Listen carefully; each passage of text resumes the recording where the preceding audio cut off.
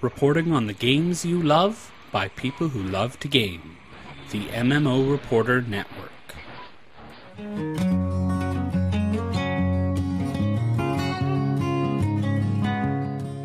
You, my friend, are listening to the Happy Hearthstone. This show is brought to you by Doghouse Systems, who make some of the best gaming PCs on the planet. If you want all the benefits of building your own computer but have no clue where to start, go ahead and let our friends take care of you. Check them out at doghousesystems.com and use the code MMOReporter for a free 128GB solid-state drive upgrade. And by Audible, the best audiobook program in existence. If you have any kind of commute or just wish you read more, I promise you this, Audible is the solution. Go to audibletrial.com/MMOReporter to download a free audiobook today. Hello and welcome to episode 99 of the Happy Hearthstone podcast, the longest running Hearthstone podcast in the history of space and time and cards. I'm your host, Andrew Brown, and we're back. It's time to finish up the set. There's no journey this time. I guess we journeyed to the throne. That doesn't sound like a thing. Is that a thing, Steve? I don't think that's a thing. We're journey to hot chocolate, maybe? I don't know what you journey towards. But I have warmed up quite a bit since our last episode. I don't know what you were talking about, getting ice cream. I didn't. Oh, man. Crazy. You wanted to go to the, what was it called? The Ice Cream Citadel? Ice Cream Citadel, yeah. I guess that makes sense. But I'm not wearing my shirt right now, but I do own one, so... You're not wearing a shirt on Well, screen? I'm wearing a shirt. I don't want you to get kicked off of Twitch or whatever, but I'm not wearing my Ice Cream Citadel shirt. No, it's smart to have that shirt. So, well, Steve, welcome back, man. You ready to pummel through these one more time? I've just barely recovered, and I'm ready to go through the other half of the cards that we didn't get to last time. So I'm good to go. Right, I don't want you feeling too fresh, like just a little bit of a scratch in your throat, and then let's just decimate it over the next couple hours. Yeah, no, I rubbed some icy hot on my joints. I'm good to go. That's good. Well, quickly tell us, what's the first couple of weeks been like for you in this new meta, new world that we have all these new cards in? So I've been playing a whole bunch of stuff. I opened 7 or 8 legendaries in my first 110 packs, which was pretty good, all things considered. Nice. We've talked the last couple times that I've been on about my horrible luck in opening packs, and this time I did start out pretty early on with Archbishop Benedictus, which is still just as terrible as we thought it was going to be. But I got the Hunter, Warrior, Priest, and Druid Death Knights, which was pretty good. Nice. Yeah, that's a good take home there. Yeah, and then I ended up breaking down and crafting the Warlock Death Knight because I really just wanted to play Warlock again, and I crafted the Lich King because I had a stint of a couple days where I was playing easy Priest easy for a while, yeah. which is the deck that runs 5 minions. I think this is the one you were giving me crap about on Twitter, actually, if I remember correctly. Probably. Because I had said when we did the card review that I thought that Shadow Essence was going to be the 31st or 32nd card in the deck. Which you reminded me of, to which I responded, when your deck only runs 5 minions, you have plenty of room for things like Shadow Essence. That's true. So, and to be fair, we had no clue that a big priest was going to be possible, because we always thought that was just in Druid because you can get to the end game faster. But apparently with Priest now, you can cheat it out a bit with Barnes and silly shenanigans like that. Shadow Essence, obviously. Yeah. So this is Freshka's list. It's so much fun. Oh, nice. I was actually winning with it for a couple days, and then everything became J Druid, and that was the end of Happy Fun Time. But it basically just runs Ysera, 2 copies of Obsidian Statue, the Lich King, Yashiraj, and then Barnes. And then you use Barnes and Shadow Essence to cheat out those huge minions, and you just keep using Eternal Servitude to resurrect them over and over again, and until your opponent concedes. And it's amazing. The going Shadow Essence on 6 to bring back an Obsidian Statue, your opponent takes 2 turns to kill it, and then you play 2 Eternal Servitudes back to back on turn 8. There's no coming back, because you haven't even played the the obsidian statues in Oh, your yeah. deck yet. So. Yeah, it's still in the deck. Like, it hasn't even come out of the deck yet. So it's so much, like, I'm a kind of sadistic sometimes when I play Priest, and that just kind of feeds into it entirely. It does let you be that. I've played that deck quite a bit too, because Priest and Rogue are my last golden classes. And I played a game that ran where my deck ran a version with Ysera. And I literally had 6 Yseras in the course of that game. And the last one lived like until the end of the game. So you can guess how that ended, but it's pretty strong. Yeah, I mean, it's fun on like turn 6 when you Shadow Essence out a Yashiraj, who pulls out a Yashiraj, and your opponent just concedes right on the spot. It's fantastic. Yeah, it's pretty good. No, that's true. Yeah, so I mean, since then I've basically joined the dark side, and I've been playing Jade Druid for like the past 2 days. So turns out it's strong. Yeah, it's okay. It's pretty okay. I'm up to rank 2 right now, which is we're recording this on the 20th, so I'm knock on wood, that is a good pace for me to get to legend again. So I'm hoping. I don't want to jinx it, but this is better than this is a better performance than I've had in since the month that I got to legend.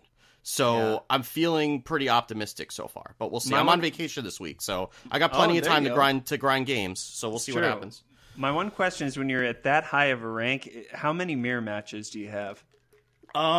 It's like every other game now. Yeah, it's a lot. I mean, it's. I think I was looking at my stats. I've played like 50 games with the deck, and like 11 of them were mirror matches, and then that's not counting things like the Kalento mid-range druid, and there's also a bunch of aggro up there. So there's a lot of pirate warrior, a lot of aggro druid, and then you'll see the Raza Kazakis priest a lot, and that's like been everything. Like every once in a while I'll see a warlock, every once in a while I'll see like an evolved shaman, but it's basically those decks like over and over again.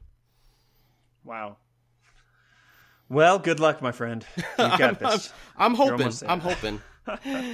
I had a pretty similar pull. I was actually really surprised. It seemed like there was a higher likelihood for people to get Death Knights, because it seemed like everyone pretty much got about half Death Knights and half minions out of their legendary pulls, which is great because the Death Knights are what everyone wanted. I was actually surprised no one was talking about that, because it seemed like that's what a lot of people were getting. But I ended up getting Rogue, Druid.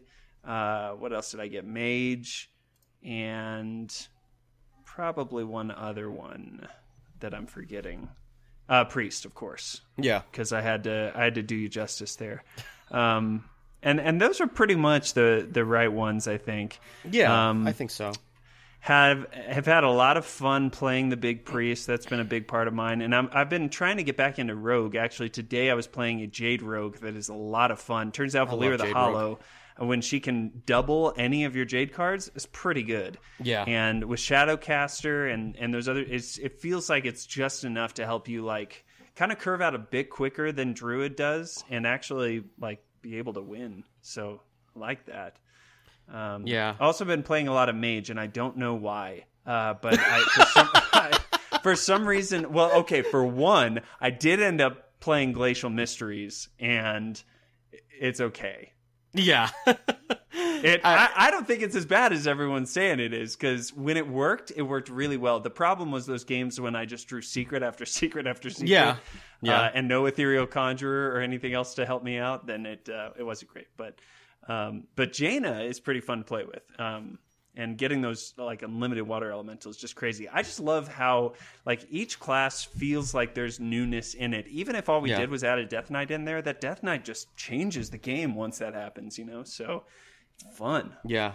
It's a good time to be I was playing around with the Hunter one. Just doing like a casual game. Like my wife had an 80 gold quest, and I made a 12/12 lifesteal Bittertide Hydra. Sounds pretty good, I think. Yeah, it was okay. But she was playing with Jaina, and she had. There was one point where I'm like, I think I've taught you too well, because she. Oh no! There was like a full board, and she just dropped Armageddon and laughed at me. So. Oh. Yeah. I thought you were gonna say like she froze it or something like that. Yeah. Because that's yeah. So that was fun. Nice, man. All right, well, we got to jump into some things. Tell us real quick why you're happy, Steve. So I am happy because I have a dishwasher, which is... That's a big deal. Yeah, well, it was... So we've been in this house like 10, 11 years, and we've like all of our appliances have been kind of going one by one, and our dishwasher went about a month ago. And so we went out and bought a new one right away, but it took Lowe's like 3 weeks to get it installed.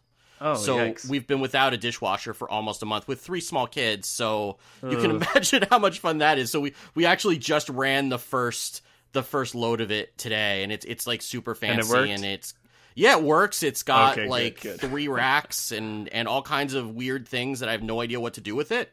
But it's just so nice not having to spend like half an hour every night hand washing dishes. So I'm you're an adult happy when you're excited about your appliances. Yes, yeah. But when you spend more time in the Home Depot than at Toys R Us, that's a problem. No, that's a big deal for you and your whole family, I'm sure. Yeah. That's good. So why are you happy this week? Well, you might have heard at the beginning of the show, man, this is episode 99, which is kind of a big deal, right? That's pretty close to 100. It is so close to 100. I guess if we did a half episode or something like that, we could stretch it. But I've got some great stuff in the works for episode 100. Nothing I'm ready to talk about yet, but I will throw you guys a little bit of a teaser at the end of this episode, so you got to make it all the way through. But also be sure to follow me on Twitter, Andrew's Living, and I'll share stuff as I can. But just know there's some potentially meta-breaking things coming your way. So I'm super jacked about this. We're going to do episode 100 correctly, so it'll be a lot of fun. So would you say this is going to be the ultimate infestation of Happy Hearthstone episodes? Don't jump ahead of yourself. We will have 5 episodes that are each 5 minutes that have 5 hosts on each one. Oh, that sounds good. And it'll cost you 10 hours of your time. That doesn't make any sense. Never mind. Okay, let's jump into the news before we jump into the reviews here. We only need to take about 5 minutes on these, but want to make sure you guys know, especially about this first one, the Hearthstone Global Games finale is coming up, and that's going to be happening on August 25th. So if it's not August 25th, be sure to watch it. If it's after August 25th and you're listening to this, you should go find out who won. But we've got 4 teams who are left in this. It's been a long, long run. Trying to figure out who the best team of competitors from different countries are. And we're down to America, the Czech Republic, South Korea, and Ukraine. And they're doing the typical choose your champion thing. So you can go to the link that's on our show notes and choose your champion. You're allowed to choose one. And just for choosing, you'll get a free Knights of the Frozen Throne pack. If your team makes it to the absolute finals round, then you'll get 2 packs. So it's not a ton. They've done this before, and there are more brackets where you can win like up to 8 or something like that. But hey, I'll take a free pack, especially if it's cards I want. Yeah, I mean 1 pack or 2 packs. I mean that's fine. It's still free cards. So who'd you pick, Steve? So I, in the spirit of patriotism, I picked the Ukraine. I did not know you were Ukrainian. I'm not, but I have a hard time picking against Kolento. So no, I'm with you, man. And I believe Stanrizachi is on that team as well, if I remember correctly. Yes, he is. Yeah. Is it Stanrizachi or Stan Sifko? One of them is on Ukraine, the other one's on the Czech Republic, but I'm not betting against that team. That's a really, really solid team, and as much as I want to root for the home team, I would like more packs. So yeah, no, I heard that Firebat was actually telling people on his podcast to vote for Ukraine. So oh wow, and Firebat's playing for the U.S. So, yeah. Exactly, yeah. So as much as I want to be a patriot, I actually did the exact same thing. So Kolento is just one of the most. I don't know a ton about esports. I listen to Coin Concede and Golden Wisp every now and then, and they keep me up to date. But man, Kolento is just one of the most consistent players in all of esports. It's pretty crazy. So I'm excited to see who wins. Be sure to watch it. I'm sure it'll be crazy. There's been a bit of a kerfuffle with Arena. I'd love for you to tell us about this real quick, Steve. Yeah, so they made some changes to Arena, and the Arena community has been kind of upset about it. And I think this time, sometimes they get very up in arms about things. I think in this case, it's justified. one of the changes that first of all, there was a bug that there were like 12 cards that they just didn't include in the arena accidentally. Just silly. So I think they were mostly legendaries. So that's like that's just the kind of thing that happens. Yeah. They introduced, so they've been changing the way that cards get offered in the arena, and they've been playing with it, every patch or so. So what they introduced this time around are what they call synergy picks. So, for example, you'll be offered like Netherspite Historian and Servant of Kalimos and the 0/3 egg that gives you a 5/5 when it dies. And then you'll pick another one and you'll have another set of synergy picks. And so what happens is that that's supposed to kind of lead you in a direction to draft, but the problem is that there's a couple problems with it. One is that it doesn't change the second group of 3 cards after you pick the first one. So it's like you have those 3 choices and then you get another like Dragon Elemental Death Rattle choice. Well, it's like, well, this isn't really a choice. I'm just going to pick the one that goes with the one I just picked before. And then the rest of the draft isn't like the offering bonus isn't tilted in any way to account for the synergy picks that you took. So you could pick like 2 elementals that have elemental synergy and then just never get another elemental offered to you for the rest of the draft. And then you have like 2 dead cards. And that just feels awful, especially when it's your first pick and you don't know what's coming. And not that I think that having it last pick would make it much better, but in any event, like you want to, they said that they're looking at it. I don't know if they're going to change it or not, but it does feel pretty bad when you get stuck with 2 dead cards. And then, it kind of tilts things in the direction of people who got offered cards that happen to go with that synergy, and then they have an advantage in the arena. So, well, and the problem is, the problem is exactly the story you told on the last episode about drafting anything can happen first thing. Yeah, exactly. Like you just don't know what the rest of the day. So you'd much rather have a choice like this at the end, so at least you can make a judgment call based off of what you have. You still may not have anything great, but that's really when it makes more sense. You can actually look back on what a majority of your deck is and say, okay, I'm going with this. But I would expect that we'll see some differences. I think the one thing I read that Adewikta said that was right on the money is he just didn't feel good about being kind of a lab test and not being told what those, especially for those players like him who all he does is arena. Like he lives and breathes statistics and all those kinds of things. So for them to make a change and him not know about it, that allows him to be less competitive. And so I can understand how that changes his demeanor for the game. For the rest of us who are casual or play arena every now and then, it's not that big of a deal. But for those guys especially, like I hate to say like they deserve something because they don't really, but they just orient their lives around it. So it's like, come on, help them out here and give them at least a heads up that you're doing something, Yeah, I mean, I don't want to turn the whole podcast into this, so I'll just say this and then we'll move on. But go ahead. I'll let you have the last word. I mean, the other way to look at that is that they care enough about arena to be trying new things. And I'm with you on that. Yeah. And ultimately, like, I feel for someone like Adewikta because this is like his livelihood's, well, not his livelihood because I don't think that's his primary source of income, but he's put a lot of time into building that tier list, and a lot of that work could be down the drain if things change like this. Right. That said, the arena for a really long time has been kind of this arcane mode that is supposed to be a way for newer and less hardcore players to get exposure to the cards without having to buy a whole bunch of packs. And so, and it's really not been that for a long time. It's been kind of hard to get into the arena and feel like you can draft a semi-decent deck and not get your head smashed in when you first go in, because everybody who is, who knows about these tools has an inherent advantage too.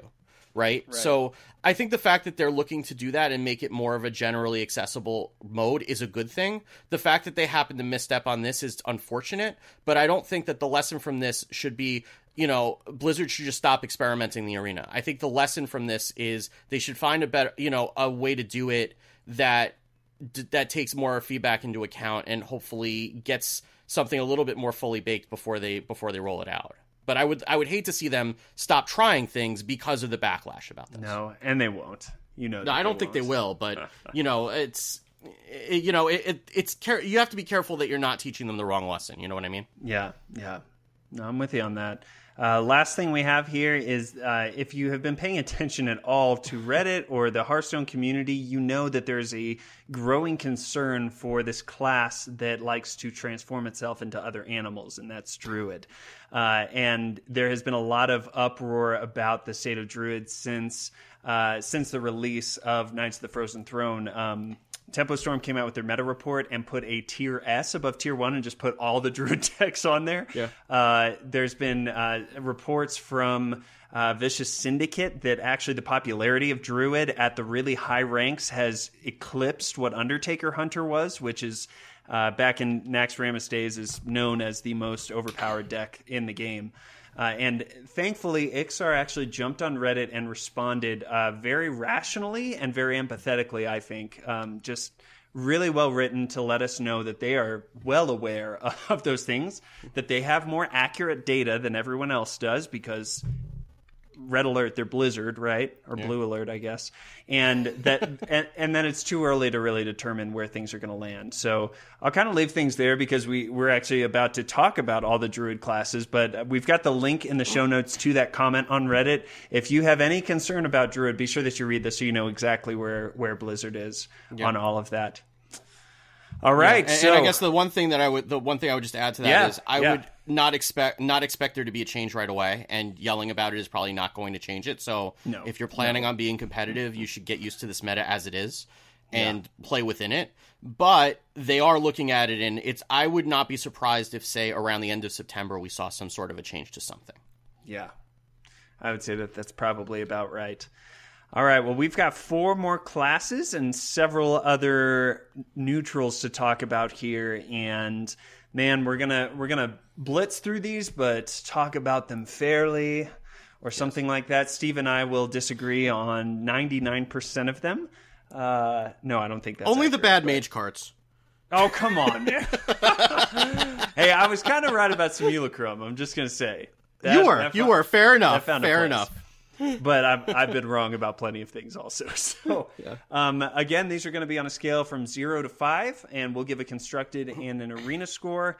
And just a reminder, these are all subjective. You know, Steve and I aren't pros, and our opinion might be a little bit different from yours. That's okay. You know, we're just adding to the conversation, and hopefully we can, talk about some things that maybe you hadn't thought of. If you think of something that you think that we missed, man, please reach out to us on Twitter. I love talking about these cards. I mean, the reason you're listening to this podcast, I'm guessing, because you enjoy this game. So let's talk about it. Let's, keep that going. But I really love this episode, Steve, because we've had a little bit of experience with these. So we're not just kind of, blank shot, all over the place. We kind of have a little bit firmer grasp on, okay, here's what this is able to do. We still don't know what it's going to look like in a month from now, or, something gets nerfed or something, but at least we've got a working knowledge of many of these cards, so should be a good time. Yeah, and we're going to take that into account with what we're seeing, but it's also important to keep in mind that, we are only like a week and a half into the set. There are going to be some decks that are going to come out over the next month or so, and there's also going to be, these cards are going to be with us for a year and a half.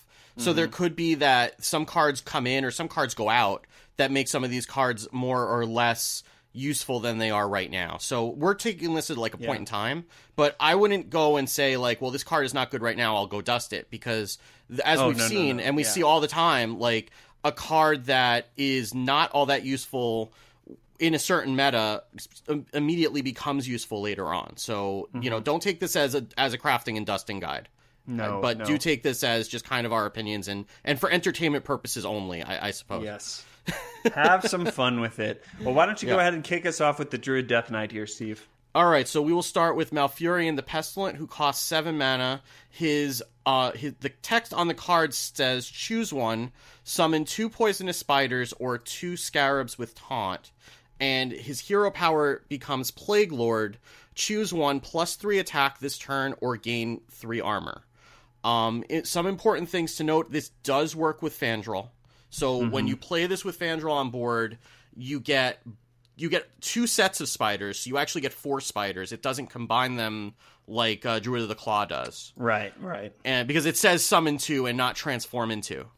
Right. And it also works with the hero power. So if you have Fandral on board, the hero power gives you +3 attack and +3 armor. Which I heard is pretty good for 2 mana. It's okay. It's okay for 2 mana. It's just this ridiculous. This looks like one of the most pedestrian Death Knights, and it turns out it's actually one of the strongest.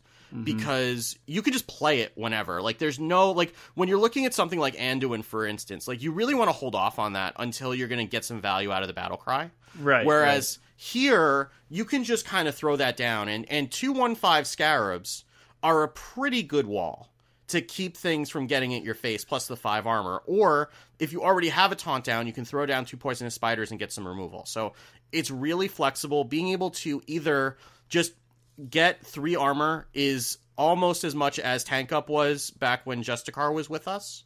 And being able to punch your opponent for 3 in the face turns out is pretty good for closing out games too. Oh my gosh, yeah. I mean, that's really the draw of this card is the longevity of the hero power is dare I say disgusting. Like, it's just so powerful to have that much flexibility and power. I mean, either one of them are just really, really good. But what you mentioned about how this doesn't necessarily require you to have anything on board or have a certain state of the game, those are always going to be better cards just inherently. Like, as long as the effect is somewhat powerful, and it certainly is. I think the right way to think about these Scarabs, because these are 1/5s with taunt, we'll see these on a few other cards, but really the right way to think about that effect is you're kind of pseudo healing your hero for 10 or giving your hero 10 more armor, because your opponent is probably going to have to work through them unless they're burned or something like that, obviously. But that's so inherently with this card, if it's turn 9, you get 5 armor, 2 taunts for 10 armor, and then 3 more armor. I mean, that's just...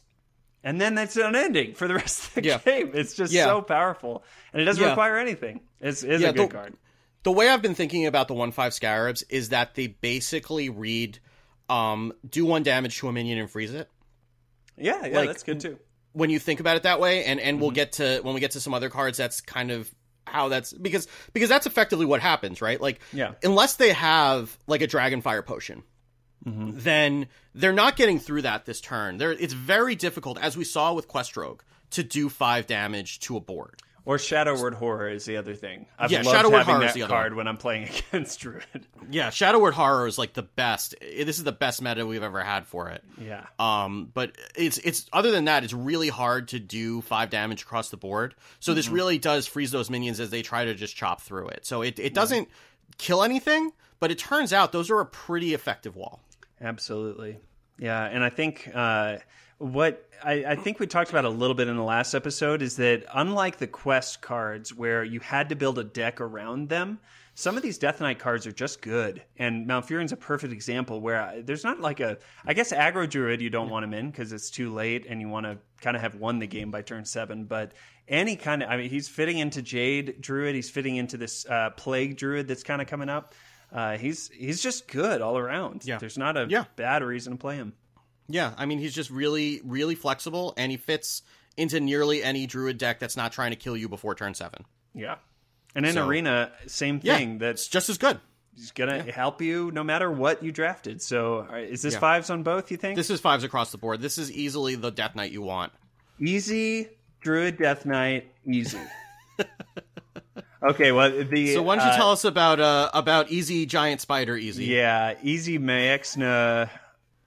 Weird this is gonna older this meme is going to get something, old real fast. Yeah, it really will. Okay, so Hadronox is 9 mana, 3 attack, 7 health, a beast, and its text reads, Death Rattle, summon your taunt minions that died this game. So it's an effect that could be extremely powerful. This is sort of N'Zoth-like because it's bringing back a ton of stuff. If you built some kind of taunt druid deck and you're able to resurrect a Sunwalker and an Ancient of War, and I don't even know what else. Obviously, there's some other taunt minions that are kind of coming up here, but you can get a lot of value out of that. The problem is, with 3 attack and 7 health, Hadronox is a bit tricky to actually die, and not really a threat to your opponent where they need to kill it. So you're kind of, like, the hardest part about making this minion work is actually killing it. Yeah. Yeah. Can I make a confession? Please. This was actually the first legendary I pulled, and I forgot that I owned it until literally the second. No desire to even try it, man. It has not even crossed my mind to try it, because it's just like the thing with a 9 mana minion, a 9 mana card, is that it needs to immediately affect the board. Right. And this does not have taunt itself, which is the important thing. Yeah. So you're paying 9 mana to drop a 3/7 beast on the board that your opponent can just ignore, and that you're going to have a hard time killing off yourself.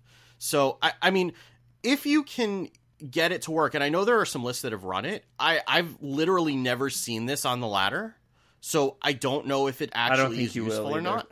But the other problem is that you're going to end up with a ton of, like, just 1/5s because of all the druid minion or druid spells that generate 1/5s. So it's like you're not even going to get like really beefy, like maybe you get a Lich King back, but it could just be that you filled up your board with 1/5 spiders and that's all you get back with it. Yeah. I kind of wonder if there's a place for a deck we haven't seen yet that's like a fatigue druid, because the one combo that you can have with Hadronox is playing it and then playing the 1 mana kill a minion spell. That gives your opponent 2 cards. Naturalize, thank you. Yeah. There was a Mill Druid going around, I think, if memory serves. Yeah. So for 10 mana, you're able to resurrect all your taunt minions, and it kind of makes this whole 3/7 body pointless, and, but taunt minions can make the game last longer, potentially, if they're the right ones, like Sunwalker, for instance, or something like that. So maybe there's a place for it, but this is just, it's so different, especially compared to N'Zoth, where it's just like, boom, you get all your death rattles up. That's the kind of effect that you want. Hadronox, you're going to throw on the board. It's going to take up your whole turn, and you're just kind of going to be trying to trade it for a few turns to get all those taunts. So pretty unreliable unless we see some kind of combo memery. Maybe it's one to watch for the future, because this is no doubt a very powerful effect in the right deck. It's just a tough one to pull off. So you'll be happy to know that Jackie Chan is the hero that we deserve, and he has put together a Mill Druid that runs Hadronox and N'Zoth and Infested Taurens, and Hadronox is a beast, so it runs the Curator and Primordial Drakes and Cold Light Oracles and N'Zoth. And that's interesting. I'd be interested to play that deck. I'll throw a link to that into our doc so you can have that, because you can try that. Actually, I might have the cards to try that out. Why don't you go ahead and tweet that out, and you can go check WikiGoods. Yeah, I will. But in any event, so I'm putting in the doc for right now, and I'll tweet it out after the show. But that sounds good. So, I'm not sold on this card. I'm thinking like a 2 and a 1, maybe. Yeah. I think. I mean, I know the people who played it. I think they like it, but I'm going to go as high as the 3 in Constructed, because I think that there could be a place in the right deck for something like this. Like this Mill Druid, I've heard of it. I haven't seen it, but I could see it being good. But yeah, in Constructed, you don't want this. I mean, in Arena rather, you absolutely don't want this. I started thinking about, well, actually, it might be really good that you're able to get those minions back, but I think you're in an even harder situation. Your opponent, may just fireball you to death or something like that. And I mean, 3/7 minion's not trash on the board, but it's certainly not what you want. So, oh well. Sorry, Hadronox. Yeah. So, speaking of death rattles, we have Fate Spinner, which is a 5 mana 5/3 epic. Choose a death rattle secretly. Deal 3 damage to all minions, or give them +2/+2. This is another one that I've just never seen, and I haven't seen it tried to be used, and it just seems like it's... I mean, the stats are better for a death rattle, and being able to do 3 damage to everything is powerful. But I think your opponent's generally going to know what that is, because unless you have a full board and they don't, giving all of your... Because it does all the damage to everything, or it gives the bonus to everything, including your opponent's minions. So you're generally not going to want to give your opponent's minions +2/+2 unless you have a huge board advantage and can kill it off yourself. Yeah. I don't know. It seems like I love the concept of this, but it just seems like really, really awkward to play, because you never want to give an effect like this to your opponent to choose when it goes off.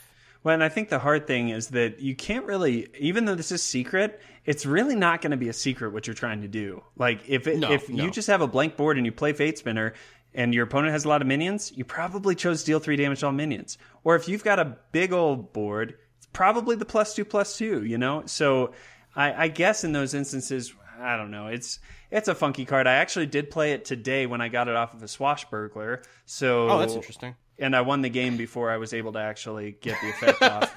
What? So, no, come on! You needed to do science. I do think that what you do need to know is that this kind of AoE effect is something that Druid does need, especially in Arena. This is going to be a really snap pick, I think, because of that and the flexibility that it can do a couple different things if you're not in a tight spot.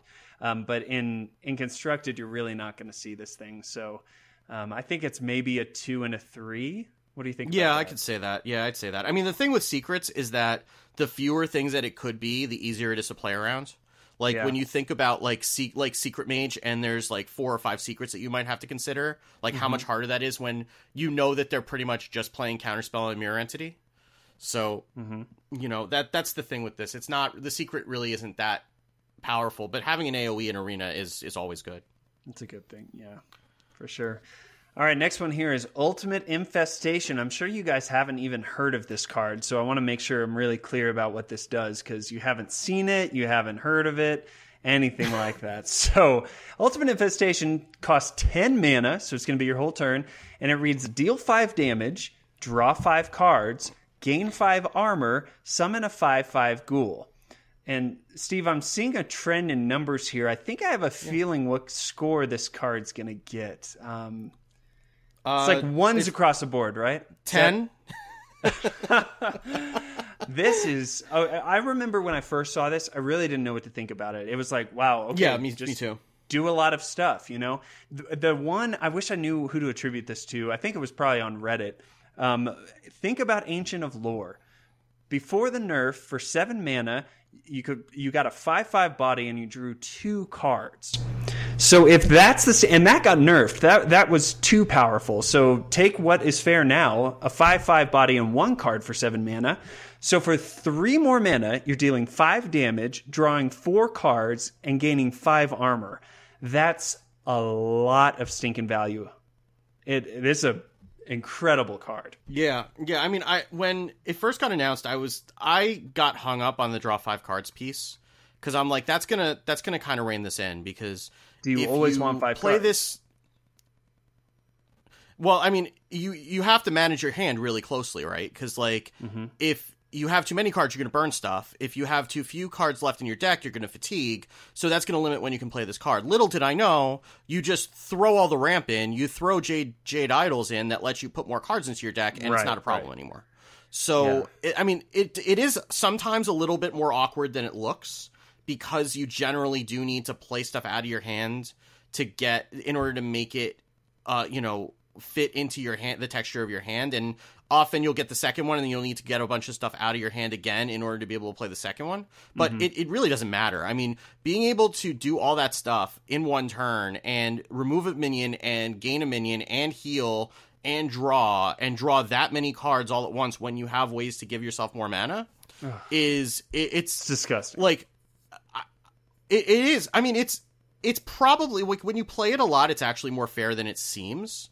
But it's just the fact that Druid has so many things that they can do before and after it that this is kind of the straw that broke the camel's back, I think is what it is. Yeah. Like, I don't think... We'll talk about the card I think is the problem. I don't think this is actually the problem. Really? But it's incredibly... Yeah, I think that this is kind of the patches to Small Time Buccaneer. If that makes sense. Sure. Where Patches was the one that everyone was complaining about, but Small Time Buccaneer was the card that actually got the nerf. And I think this is kind of the same thing, that this is the card everybody's seeing, but I don't think this is the problem.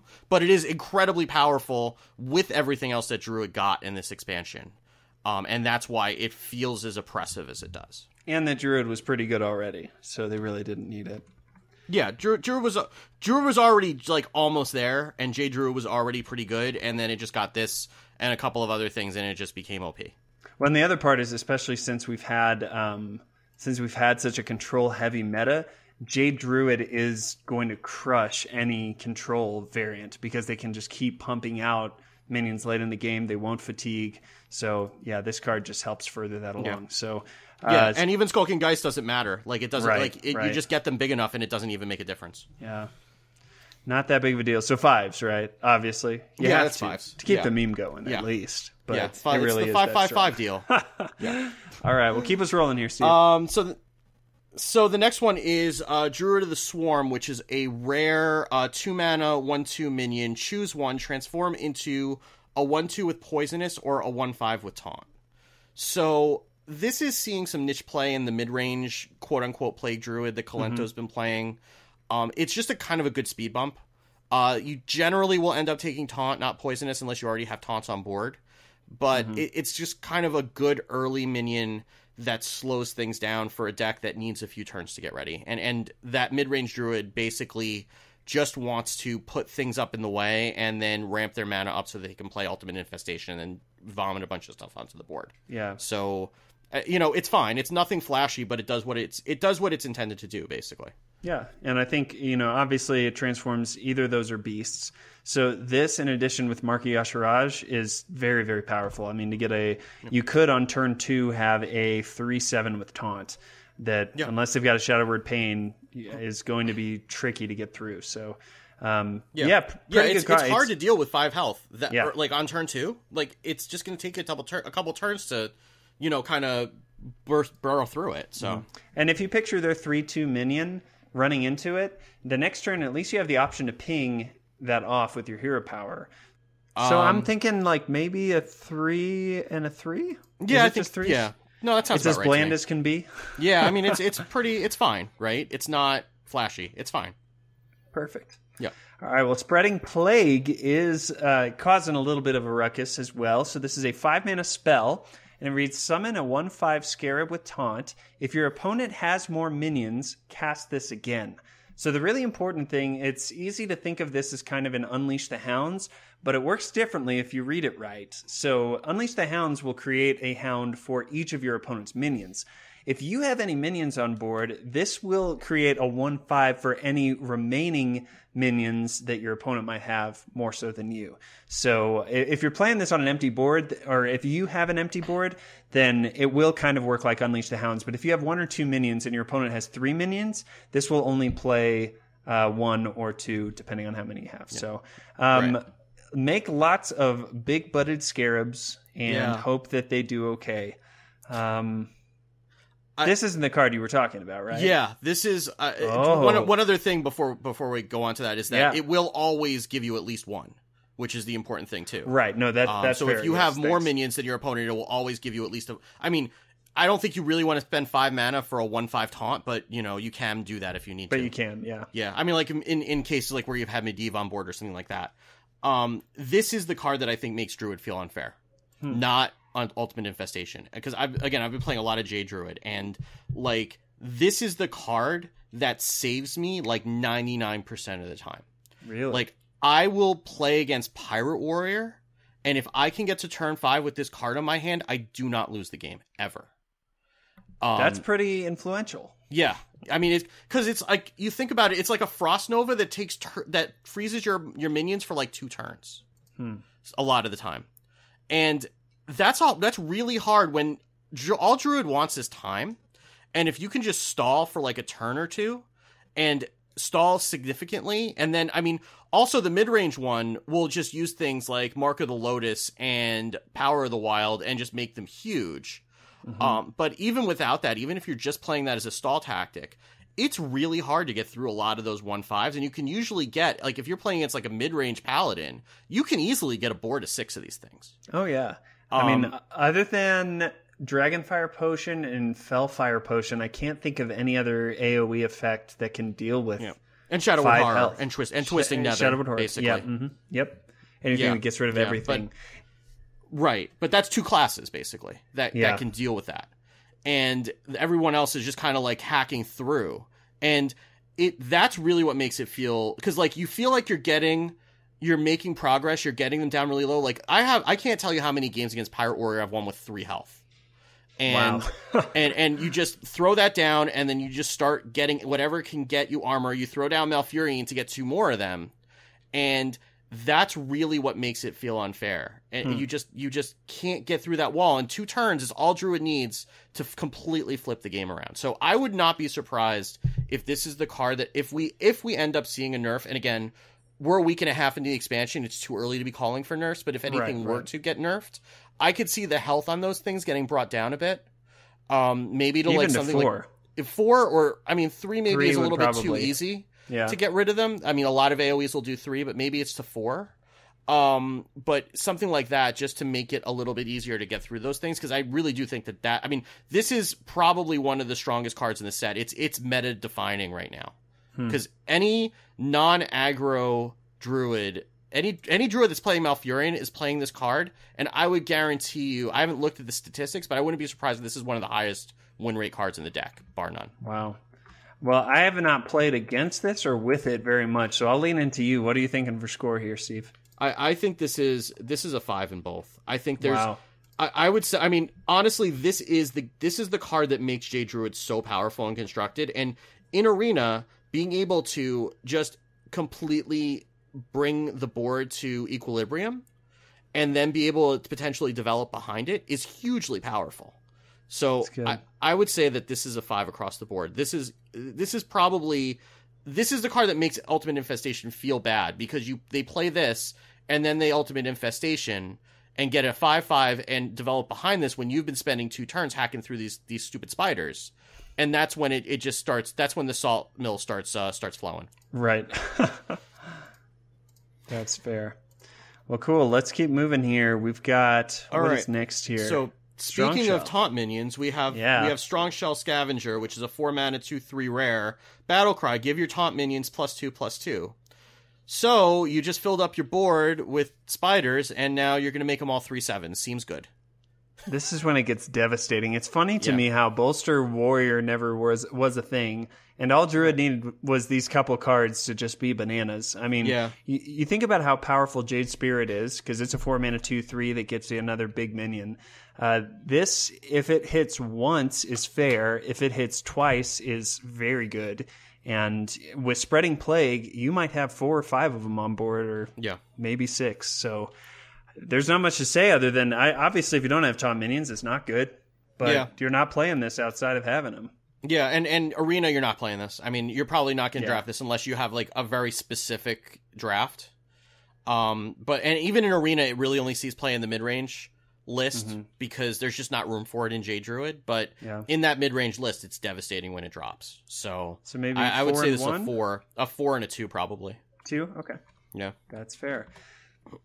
Next one rounds out these taunt thingies, and that's the Crypt Lord. He is a 3 mana 1/6 with taunt, and after you summon a minion, you're going to gain +1 health, which seems backwards. With such a big amount of health, you would think you'd want to buff his attack. The piece that was missing with all these taunt cards before we saw the entire set was Strong Shell Scavenger, because that lets you not only give them more health, but actually give them some staying power with attack. I mean, if you get that +2/+2 from Strong Shell on Crypt Lord, that's going to make him a 3/9 with taunt. That's a huge minion that has to be dealt with somehow.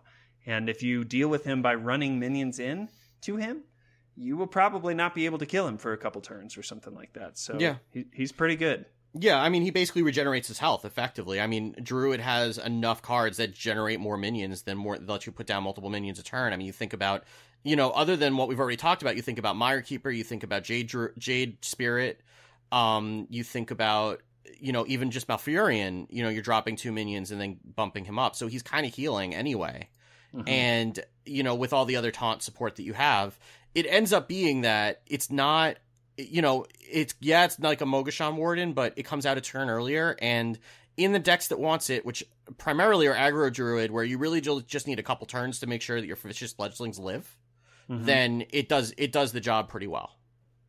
Pretty good. Yeah. I'm thinking maybe a 4 and a 3.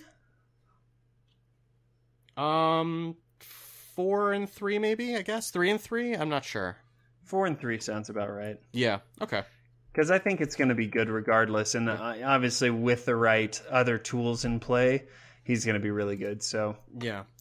I mean, or we could just, go Ultimate Infestation and just give every Druid card a 5. But I mean, well, give it a 5 and a 5, obviously. So so next we have Nash, which is a 3 mana spell. Give your opponent sorry, give your opponent. Whoa, give that'd your be a different card. That would be a very different card. Give your hero +3 attack this turn, gain 3 armor. So, there was a card called, this is kind of a riff on a card called Bash that was in the Grand Tournament, I think. Yeah. That was a warrior card that did 3 damage and gained you 3 armor. So this is giving yourself attack and gaining 3 armor. It's fine for arena. It's like a small removal for arena. It's not a card that you're going to see in constructed. Yeah, it's pretty and it's exactly like Bite, which is from the classic set, and it's just 4 mana, same stuff. Yeah. Give your hero 4 attack this turn and gain 4 armor. So I think just there are better removal spells than this, and everyone's playing Wrath because you have some flexibility with that card. And granted, the armor's nice on this one, but because you're attacking into something, that armor will probably leave you. Also, so not as good as Bash by any stretch. It's always better to just deal direct damage rather than to attack something with your face. So it's not a bad card, and you're right, in Arena you'll pretty often choose this because you need something to get rid of stuff on the board. And I mean this is the kind of card that could see more play when Feral Rage goes away, because Feral Rage is the same mana cost and it's just better than this. Well, and the problem is Feral Rage isn't seeing play because of Malfurion and the Pestilence. Well, yeah, I mean, even Feral Rage isn't seeing play anymore because you just have enough armor that you don't even need it. Yeah. So, I would say it's probably going to be a 2 in constructed and a 4 in arena. That's exactly what I was going to say. There you go. I like it when we're on the same page. It's good. It's good when we're not arguing over major cards. Okay, tell us about Webweave. Right. Webweave is a 5 mana spell for Druid. Summon 2/1/2 poisonous spiders. So Ball of Spiders didn't see play. And this won't either. Yeah, I mean, well, you could play the Death Knight and get those 2 poisonous spiders and a new hero power and 5 armor for 7 mana. 5 armor. Yeah, that's the better choice. I think something like this is more for like Yogg Saron or like other random effects. I mean, I think I may have actually gotten this when I was playing Rogue once, and it's like, okay, I get 2 removals. That's not bad, but you wouldn't choose this typically in your deck because you want to be doing other things. Yeah, and I mean, even with Malfurion, you very rarely take the poisonous spiders anyway. More often than not, you're taking the taunts. So it's like, because they are pretty easy to remove. Like it's really instructive, like how easy those poisonous spiders are to remove versus the taunts, right? Yeah. Like just like somebody drops a Primordial Drake and they're gone. So it's in Arena, getting 2 poisonous spiders. I mean, you'll play something like Stubborn Gastropod in Arena and it's fine. So for something like that, this is probably okay. It may not be your first choice, but constructed, you're never going to see this. I would say 1 and a 3. Yep, that's what I was thinking too. Come on, man! Stop getting in my head. All right, I'm sure we'll disagree about stuff later. Our time is coming. Yep. All right, let's move over to Paladin here, which is a really exciting class here because there's just craziness happening. So we've got Uther of the Ebon Blade. I think it's Ebon. Yeah. I don't know what this blade because it's I think it's ebony is the word that it's taking from. It's like ebb and flow. Is that? Ooh. I don't know if that's where it's going. Probably not. But he's a 9 mana card, and Battle Cries equip a 5/3 lifesteal weapon, which, spoiler alert, is even better than just a 5/3 weapon that you get off Tyrion, because lifesteal's pretty good. Give 5 armor, and then your hero power's about to get cray. It's 2 mana. It's called the 4 Horsemen, and you're going to summon a 2/2 Horseman. If you have all 4, destroy the enemy hero.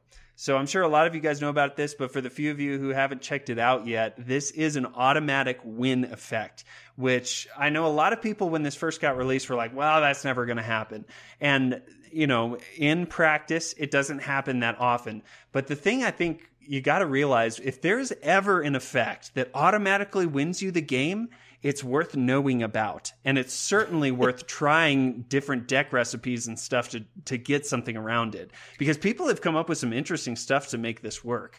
And the big thing that you need to know is that just, even if you take away the automatic win condition here, summon a 2/2 instead of a 1/1 is pretty good too on its own. Yeah, it's just and a that 5/3 lifesteal is just bananas. You basically get 20 health off of this card. Yeah, because you get the 15 health from the weapon and then the 5 armor. So yeah.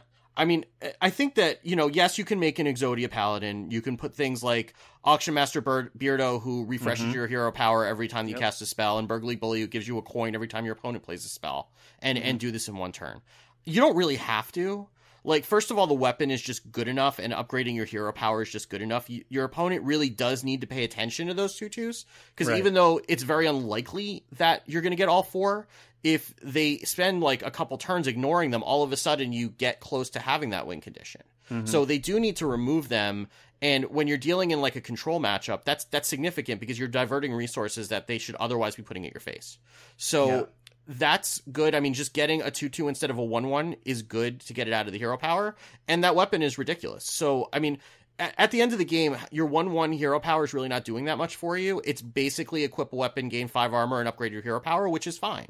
And, it's good. For a control matchup, like, you're not going to see this. Yeah, you're not going to see this in the Murloc Paladin that runs Divide Favor, right? But you're going to see this in a control Paladin.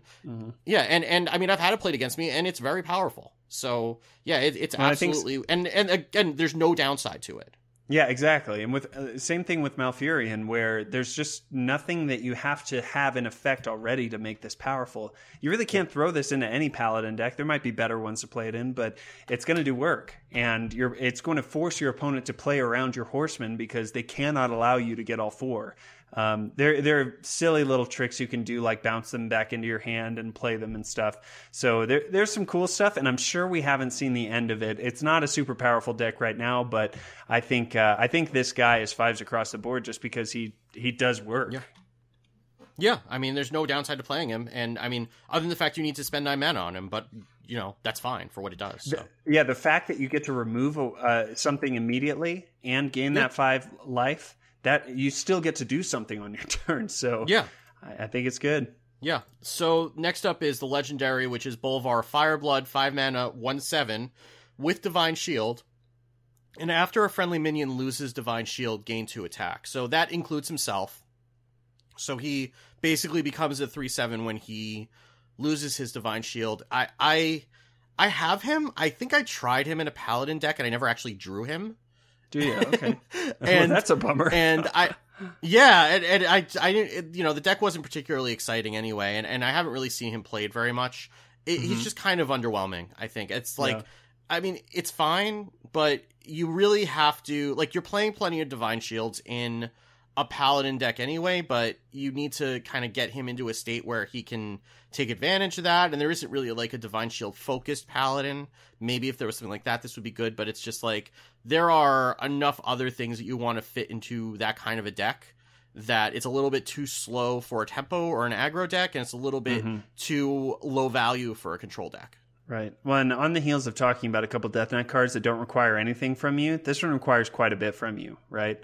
He does become a 3/7 on his own, but I can't think of any 3/7 cards that you play, especially with just blank effects, So this can potentially be very good, but it requires you to have the board state in a certain way, requires you to build your deck in a certain way, requires that you have control over when those Divine Shields get popped, which with stuff like Blood Knight is interesting, but it's just not going to happen that way every time. So, I hate to say it, it's not even really that exciting to me, at least. Unfortunately, Bolvar is such a cool character in the WoW lore. It seems I'm kind of bummed that he keeps getting the shaft on these cards. Yeah, but I would probably give him 2s across the board.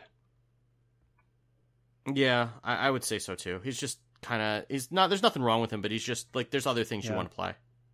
Well, and I would rate him even lower in Arena, because it's like, if you have the choice of 3 Paladin legendaries, you're never going to choose Bolvar. Like, choose Tyrion, choose Burn Bristle. Like, I guess you could get a neutral one also. Yeah, I mean, if your choices are Bolvar or Lore Walker Cho or Mayor of Noggenfogger, then probably Bolvar. Then you'll take Bolvar. I don't know, man. Lore Walker could freeze up your opponent, actually. That's a synergy pick. I don't want to take a chance on. All right, well, we'll give him 2s, and we'll move on to Blackguard. This is a 6 mana minion, 3 attack, 9 health, and whenever your hero is healed, deal that much damage to a random enemy minion. So I got one of these guys, and I just haven't played Paladin at all since the new expansion got out. But this is kind of a knife juggler effect, because that it's just going specifically to a minion. True Silver Champion is a fine card, and that means that this guy's going to do 2 damage to any enemy minion, which I mean, it's just added value, you know. I think the hard thing is that the stats are just underwhelming as far as his impact on the board. So you've got to be getting quite a bit of value from him. I guess with Uther of the Ebon Blade, that could be good to be, you know, dealing 5 damage to a random enemy minion. And your opponent will have to deal with it, but it's just not going to have a huge impact on the board. No, I mean, I guess the idea of it being a 3/9 is that it's something you basically just want to sit on the board and not die. And he will if your opponent doesn't have a hard removal or something. Yeah. But I mean, other than like True Silver, and I mean, you're not running that many lifesteal minions in Paladin. And like the heals that you have, like, you have a forbidden healing, and you can just blow something away, and you've got Rag Lightlord. But other than that, they're kind of inconsistent heals. I mean, you're talking about like Ivory Knight, which, you know, could do whatever. True Silver is like a little poke. It's, you know, you got Worker Frame that's also going to be like a little bit of healing. So like, I guess the investment you're going to put into something like this is, are you really going to get that much out of it if you're not focusing on building specifically a lifesteal Paladin? And maybe that's coming, but in this, you know, with what we have, there's not really enough there to be able to do it. Yeah. And in Arena, forget it, because good luck. Yeah. I mean, you're probably going to have something with lifesteal because I guess you just can't depend on that necessarily. So, well, I mean, I guess you'll get offered Shieldblade Champion enough. Yeah. You know, maybe that works for you. But even then, that's True Silver Champion. Really, or True Silver Champion. But that's a lot. And I mean, you probably want something better at a 6-drop than that in Arena. So I'd say it's probably a 3 in Constructed, 2 in Arena. That's exactly what I was going to say. Oh, this Get might out be of my the head, most, Andrew Brown. This might be the most tame episode that we ever have because we will not replicate this, I'm sure. Yeah, no, I'm sure we'll get to something we disagree about, but just wait till the end. At the end of this episode, we'll be at each other's throats. So. Yeah, I'm sure. So, Light Sorrow is a 4-mana 1/4 weapon. After a friendly minion loses Divine Shield, gain +1 attack. So I think everything that we said for Bolvar goes double for this, and it's even worse because it's competing with True Silver Champion at the same mana cost. Like, yes, it's got 4 durability, but you have to do a lot to set it up when True Silver asks like nothing of you. It's so expensive. It's so expensive. Light's Justice is 1 mana for the same attack and durability. Like, this effect has to be so good, and it's just not. Like, it's just not. Yeah, I mean, you basically have to be running, like, what is Back to Your Homes? What the hell? I can never remember the name of that card. Something at Darkshire. Steward of Darkshire. Steward of Darkshire, yep. Like, you'd have to be playing that and Blood Knight and have it all go off in the same turn that you drop this. And even then, like, if you do that, this is a great card. Yeah, because if you get that one game will be amazing, and you'll get Untrolled, and the rest of it will be making you very sad. Yeah, I think it's just ones across. I mean, it's ones. I want it to be more in Arena because it's a weapon, but I don't want it. I mean, not pick you can get it. Yeah, you can get a Light's Justice for 1 mana. So no. Sorry, Light Sorrow. All right, next one here is Desperate Stand. And Desperate Stand is a 2-mana spell, rare, and it reads, give a minion Death Rattle, return this to life with 1 health. So this is a secret redemption that is actually targetable. Your opponent is not going to be the one to equate this. So in the right deck, man, and especially with there's obviously a lot of Divine Shield synergy with all of these many of these Paladin cards. This could be great. You throw a Desperate Stand on Tyrion, and that's fantastic. You know, throw him on. Anything with Divine Shield is just going to be really good because it's better. And anything with Death Rattle, you're going to get an extra effect off of it, basically. So it's pretty good. It's just, you know, there are better cards, but I think it's a strong effect, especially since you can target it. Yeah, and in Arena it'll probably be more worthwhile just because, you know, being able to keep a minion on the board even at 1 health is more valuable in Arena. Though the one place that I did think about using this, I haven't gotten brave enough to try it yet, but I might, because I pulled the card that I need to do it, is in a Galvadon deck. Oh, really? Because if you put that on something like a Primal Fin Champion, then then you just kind of get an infinite recycling, right? So that's pretty cool. I don't know that I have the time or the energy to put something like that together, but but that's something that maybe it could work in. But Sure. outside of meme decks, I don't see this working in Constructed. In Arena, I think I took it in Arena and it was okay. Mm-hmm. But in Constructed, I don't think you're going to see it outside of like a weird Quest Paladin. Well, or like a heavy control. I think a one of this is fine, in there. So I'd probably say like maybe 3s across. What do you think? Probably 2 and 3, I guess. 2 and 3? I'll go with that. Yeah. All right, next one here. So next is Arrogant Crusader, which is a 4-mana 5/2 Death Rattle. If it's your opponent's turn, summon a 2/2 ghoul. I do like this mechanic. The if it's your opponent's turn, Death Rattles. Yeah, it messes things up. Yeah, not on this minion though, because like generally, and we'll talk about minions where it's good. This effect is just too small to matter. Yeah. Like a 2/2 ghoul, like who cares? Fine, I'll just kill it, and then I'll have a 2/2 to deal with because it's better than dealing with 5/2. Right. And I think that's why you're not seeing it. Like something like Skelemancer, which we'll talk about later, where it's a 2/2 that dies and gives you an 8/8. That's a bigger deal. That's crazy. Yeah. This is just like the effect here is just like it's big enough that your opponent doesn't even really care if they kill it. I mean, Right. unless you're going to put in some sort of like a N'Zoth Paladin, which I haven't seen that happening, then you're not going to see this anywhere. No, I mean, in arena, maybe a 5/2 for 4 that gives you another 2/2 behind it is fine, Sure. right? But Yeah, in it's Constructed, you're not going to see it. The hard thing is you play it as a 5/2 and your opponent says, I want a 2/2 instead of a 5/2. I can easily deal 2 damage to it. So for 4 mana, you summoned a 2/2. That's not good. Like it looks good, but the only thing you gain is that you force your opponent to deal with something that maybe they didn't want to or didn't have great resources to. But then it's not worth it. There's just better stuff to play. So Yeah. I think maybe 1 and 2. 1 and 3 probably. 1 and I mean, 3? it's still a 4-drop. Yeah. It's still a 4-drop that will probably drop a minion behind it in arena. Mm-hmm. So Cool. All right, Howling Commander's next. 3 mana, 2 attack, 2 health, and it reads Battle Cry, draw Tyrion Fordring from your deck. that's not what it says. Oh, no, wait, that's not what it says. It says Battle Cry, draw a Divine Shield minion from your deck. So I'm really surprised I haven't seen this guy as much because, this is a tutor effect, which we've talked about on the show, is any card that lets you draw something specific from your deck is very powerful. And the way that this reads, a Divine Shield minion, you can build your deck so the only Divine Shield minion you have is Tyrion Fordring or Burn Bristle, or even if you wanted to do Bolvar Fireblood because you're masochistic or something, But Tyrion is the big culprit because he's so good and he's good in any deck and he's extremely powerful. So being able to reliably draw him, these are the same stats as Cabal Courier or the Hunter card we talked about last week, the Stitch Tracker, where being able to get something from your deck, I mean, that's really good. I mean, do you know why this isn't seeing much play? Or have you seen it maybe? So here's my theory on this. I think the reason that you're not seeing this played is because Corpse Taker is in all those decks now. And those minions are actually more valuable sitting in your deck than in your hand.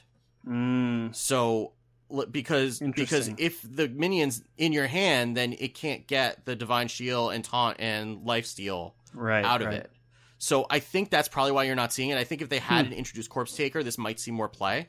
But because that is running in all those decks, because ultimately, if you're running Tyrion and you're running Wicker Flame, you may as well run Corpse Taker because it's going to get at least 2, if not 3 of those keywords. Yeah, no, and that's then a good point. Taking that out, you don't want that. So I think that's why you're not seeing it see play. And again, for Arena, it's all about your deck. Yeah, it's all about your deck. And I mean, a 3-mana 2/2 is not what you're looking for. So, but you'll probably have some Divine Shield minions, but is it really worth? It's probably going to be a Righteous Protector. Is it really worth getting a 1-mana 1/1? Sure, yeah. Out of your deck, maybe. I don't know. If you play this and then turn 4, you can Blessing of Kings it. That's great. Yeah. I think that there would be a place for this card. I think you're right on the money about Corpse Taker. I think that's a really good point.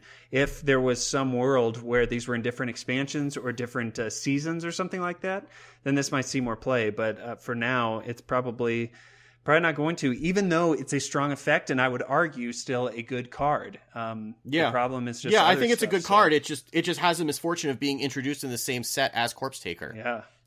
And they compete against each other. So, I mean, I would argue that because it's still a good card, it deserves like a 4 in Constructed, maybe a 2 or 3 in Arena. What do you think? I mean, I'm gonna say it's probably a 2 in Constructed, only because there's never a time that you would have to be playing a deck where you have those minions and you do not have Corpse Taker. But it's still a strong card. It's not about Corpse Taker. It's about Howling Commander. It deserves the right score. I'll give it a 3. Okay. But a 3 and a 2, I think. Okay. I think you're not going to have enough Divine Shield minions that matter in Arena for this to see play a lot. I mean, just the fact that it can draw you a card is probably it's something. Yeah. You know. Yeah. It's not nothing. That's for sure. It's not nothing. That's the tagline we'll go with for Howling Commander. It's no Ultimate Infestation. I'll say that much. No, that's for true. All right, next one here. So Chillblade Champion is a 4-mana 3/2 charge and lifesteal. I have actually. There's like a hand buff paladin that Kibler was playing. Oh yeah. I think he played this and it was okay. I think in a very, very specific deck you can play it. I think the problem again is the same problem that we talked about before. It's a 4-mana minion that has charge, but it's competing with True Silver Champion. And a True Silver Champion is going to do 4 damage. It's going to heal you for almost as much. So from that perspective, you're going to get two swings out of the True Silver Champion. So from that perspective, in most cases, you'd rather just have the True Silver. It specifically in the case of like a hand buff paladin, this could see a place though. Well, hand buff, it's really good because you buff it one time and it's a Corcoran Elite with lifesteal, which that's fantastic, right? Yeah. The one pushback I'll have against you is that you kind of are guaranteed 2 charges on this guy because you'll attack him, and unless your opponent has a taunt, you attack something and then your opponent will attack into it. You'll still heal for the 3 with it. Okay. You're getting 6 life at least. And dealing 3 damage. That's still really good for 4 mana. I guess if you're going face with it, normally, especially in Paladin, you're using charge minions as basically removal. Mm-hmm. So in that case, then it's going to die immediately, whereas with the True Silver, you'll be able to take out 2 things. But if you are going face with it and letting your opponent dictate the trades, then yes, you would heal for more off of it. That's true. Yeah. So I think it's good. I might even argue for a 4, but I'm guessing you want to give it a 3. Yeah, I go for a 4 in Arena. I think that in Arena I could go with you because I mean, what else are you going to be taking? You're going to offer it a lot. It's probably fine in Arena. It's just in Constructed. You just want a True Silver most of the time. Sure. Yeah. Okay. Next one here, Dark Conviction is a 2-mana spell. Set of minions attack and health to 3. So this is the effect of Keeper of Uldaman in a spell, and it's fine. But what do you want to put it in, really? In your Arena deck as removal. Yeah, for sure. That's it. I mean, I think I got one when I did an Arena draft, and it was good because I mean, being able to use that and then trade into it is I mean, that's what you do with Sunkeeper Tarim. Mm-hmm. So to be able to do that as a spell, to be able to remove a particular minion, or to take like. I mean, the flip side of it is you can take one of your 1/1s and turn it into a 3/3 and then attack with it, right? It's the same thing with Keeper of Uldaman, except you don't have the body attached to it. So in Arena, where that effect is really powerful, it's good. In Constructed, where you have a lot of better ways to do that, it's not good. No, yeah. I think of the, follows the rules. Like, that's just a more powerful card than this. Especially, I was starting to think it comes with the body. Exactly. It comes with a body, and they're at 1 attack. Like, you can't do... I mean, surely you've had that happen to you in a game. It's just demoralizing, especially when it happens on a minion you were really excited about using, right? So, I just don't think it has a place, unfortunately. It's probably like a 2 and a 4? What do you say? I think it's a 1 and a 4. I don't think you see this in a Constructed deck pretty much ever. I kind of wonder if we'll see something that... Because, again, we've got 4 more expansions that this will be valid for Standard in. I'd be surprised if we don't see... Because Keeper of Uldaman was very, very good. And it was a couple more. And I guess, again, if we're talking about the Galvadon deck, this works in there, right? Because you can still target your own minions with it. Right, yeah. So, you can make your Primal Fid Champion a 3/3. That's not... That's, again, not nothing. So okay, I'll go up to a 2. I'll go up to a 2 with you, but I think this is a 4, right. Maybe even I don't know if this is a 5 in Arena. I think it's still a 4. It's a pseudo removal, but it is effectively a removal. Yeah, I think that is good. Yeah. Cool. And then the last card is Righteous Protector, which is a 1-mana 1/1 taunt and Divine Shield. And this is like one of the best cards in Paladin right now. It's crazy that a 1-mana card is that good. Yeah, well, I mean, we had okay, so again, I'm not going to make the assumption that all of your listeners have been with us since before Standard was a thing. Right. So there was a card once upon a time called Shielded Minibot that was a 2-mana 2/2 Divine Shield without taunt, and that saw play in every Paladin deck ever. And there's also a card called Annoyotron, which is a 2-mana 1/2 taunt with Divine Shield that saw play in a lot of decks. So a 1-mana 1/1 with taunted Divine Shield in a class where you have a 2-drop that generates a random secret, one of which will bring a minion back to life at 1 health, which will refresh the Divine Shield, it is pretty good, it turns out. Yeah, I mean, this is a power creep on Argent Squire, which already, I mean, that saw play every now and then in token decks and stuff. It was good enough to have a 1/1 with Divine Shield, but just throw Taunt on there, and your opponent very quickly has to deal with it. And, you know, the trap against this card, if you're mage playing against it, is to want to ping it on turn 2. Don't do that. Develop the board if you can. But yeah, I mean, this is just... It's just strong, and it's finding its way into a lot of different Paladin decks, too, because turn 1, you always want this. I think the worst part is when you're top decking and you get this, you know, late in the game. Yeah. That's underwhelming, but early it can just be a game changer for you. Yeah, and it's very easy to pair it with something like Spike Rich Steed or Blessing of Kings. Oh, yeah. And then that's a real pain to deal with, especially because it has taunt and your opponent has to deal with it. That's the difference between that and Argent Squire. Argent Squire, they could ignore it if they wanted to. Well, not with Spike Rich Steed, but with Blessing of Kings, they could ignore it if they wanted to. They have to deal with it, no matter what. And don't forget about hand buff mechanics also on this guy. And Rallying Blade is a card that sees play in a lot of these decks too. Yep. That's a 3-mana weapon that gives +1/+1 to all your Divine Shield minions. Which is not too bad.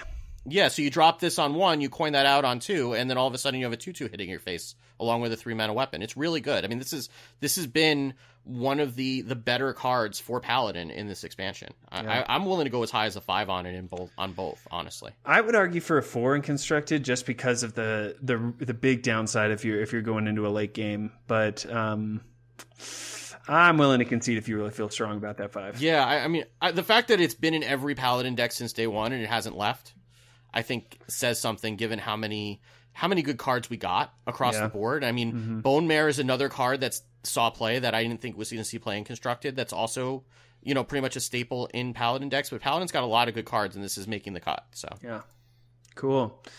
All right, halfway through the class cards, we're jumping to the W's. We're doing what up, it. Warlock? Internet, don't fail us now. Yeah, please don't. Oh my goodness. Keep it rolling. All right, tell us about this Death Knight that you crafted. Okay, so Blood Reaver Gul'dan is a 10-mana Death Knight, and his battle cry says, summon all friendly demons that died this game. And his hero power becomes Siphon Life, which is deal 3 damage with lifesteal. So I've been playing a decent amount of Control Warlock before I, gave up on life and went over to Jade Druid. And this, the only bad thing I have to say about this card is that the decks feel like you need to draw it in order to be able to win. Sure. It's like draw RNG. It's like the old Reno decks. Like if you draw Reno, you win. If you don't draw Reno, you lose. And it feels like that with this because the hero power is so powerful. And you don't need to play 29 demons in your deck to get this battle cry to have value. You basically just need to play 6. Most of the decks that I've been seeing have 2 Voidwalkers, 2 Despicable Dreadlords, and 2 Abyssal Enforcers. And that's pretty much it. It's a good deck. Yeah, I mean, you get taunt, you get, AoE at the end of your turn, and then you get big bodies, and it's fine. And just getting the hero power, I mean, we talked about how good the Druid hero power was. This is both of them in one, because you're healing for 3 and doing 3 targeted damage, also without running your face into anything. So, generally, if you can get this card down at the end of a game, you will probably, you're very likely to win. Yeah. More often than not. It's amazing the difference between drawing this card late and not drawing it late. And I think that it feels like Warlock's almost there. It may take a little bit of refinement. Some of the other cards that are in this set are really, really powerful for it too. And this is the key to being able to you were missing healing was really what you were missing. And some of the lifesteal helps with that, but having consistent healing at the end of the game when you need it the most after you've life tapped and hellfired your health down and stuff like that. This is really what's making the difference between Warlock being a non-class and just close to viable. Yeah, and I think it just can't be understated. I would argue, and I'm interested if you agree, that this is the best hero power out of all these Death Knights. Yeah, I would say so. Dealing, it just completely changes the game as soon as you play it. Like more so. Well, I guess it's probably second to Priest because I see. Like this. Like when you have Raza on board, like that priest hero power is ridiculous. Well, that deck makes it a little bit different. But if you remove that, dealing 3 damage, we haven't seen that yet. Like we've seen deal 3 damage to the enemy hero through Justicar's upgrade for Hunter, but dealing 3 damage to anything on the board for 2 mana is nuts. That's unlimited Frostbolt. It doesn't freeze it, but you do get health back. And I would argue that. I agree with you that what you said about Warlock needing health is true, but even without the lifesteal, I would think that this would still see play. Warlock may struggle a little bit more. And then you got this N'Zoth effect, which like we said earlier in the show, it does something immediately, and building a few minions, and this Despicable Dreadlord we'll talk about in a little bit, that actually will deal damage at the end of your turn. Like that's a lot that happens on your turn. So for 10 mana, you're very happy to play this. I think you just need to be a little bit. You need to be a little bit careful because one of the early lists was Hot Forms that was running Bane of Doom. Yeah, and I played that card and ended up with an unlicensed apothecary. Oh, whoops! And so, I'm not playing my Death Knight anymore this game because I'm probably going to die if I try to play it. Yeah. Unlicensed apothecary, because you've probably never seen this card played ever, is a 3-mana 5/5 demon that says every time you summon a minion, take 5 damage to your face. You've seen it often if you watch Strolden videos because that little guy has been popping up quite a bit lately. I think it's a 5 in constructed, 4 in arena. I think it's a 5 in arena. You're gonna get offered enough demons to make it worthwhile. Yeah, I think so. I mean, think about even just like the common minions that you get, like even just like Voidwalkers and Flame Imps. Sure. Those types of things. You're going to and Malchezaar's Imps. You're going to get them. You're going to get enough demons to make it worthwhile. And I'm thinking of the worst situation. You don't have any demons, and I think it's still a good card. Like the worst part about it is that you do nothing that turn. But for the rest of the game, which sometimes arena games can run long, for you to be able to deal 3 damage and heal every turn could win you the game. So it's probably worth it to skip a turn basically to do that. So I'm okay with that. 5s across the board. All right, the legendary minion we've got is Blood Queen Lanethel, which is a 5 mana, 1 attack, 6 health. He's got lifesteal, and she reads, has +1 attack for each card you've discarded this game. So, Steve, I know that you love discarding mechanics. Oh, I do. It's my favorite. As we Lakari Sacrifice is my favorite. I love Lakari Sacrifice so much, I got 3 of them. I heard a lot of mixed opinions. This minion hasn't been coming up a lot lately on in deck lists and stuff like that. I think it's because people are kind of a little bit burned on the whole discard thing. Malchezaar's Imp, once that gets rotated out, I don't think we're going to see discard mechanics anymore because that's really the saving grace, I think, for that mechanic. Being able to draw into your deck kind of takes away the bad effect. But the hardest part for me for running this card is you need to have discard mechanics in your deck, and you might discard this card. And that's awful. Yeah. And I know that's not going to happen that often, but there's nothing guaranteeing against it. You know what? The problem isn't discarding this card, because I'll tell you what the problem is. Because so there was a mid-range demon disc from mid-range demon list from a player named Dart that was getting passed around this week, and I that was also running some of the discard effects. And I said, well, I don't have this card or that card that they're using, but I did pull a Blood Queen Lanethel, so let me try her. Okay. The problem is not that you're going to discard Lanethel. The problem is that you're going to discard Blood Reaver Gul'dan. Oh, yikes. That's the problem. So that's why if you look at the control Warlock lists that are out there, none of them run any discard effects, because if you discard Blood Reaver Gul'dan, yes, it's a small risk, but if you discard it, you may as well just concede the game, because you've lost your win condition. That's how bad it is. So what happened to me that one game, I discarded Gul'dan, and I said to myself, I know this is variance, but I know this is also going to happen, and this seems like a really bad idea.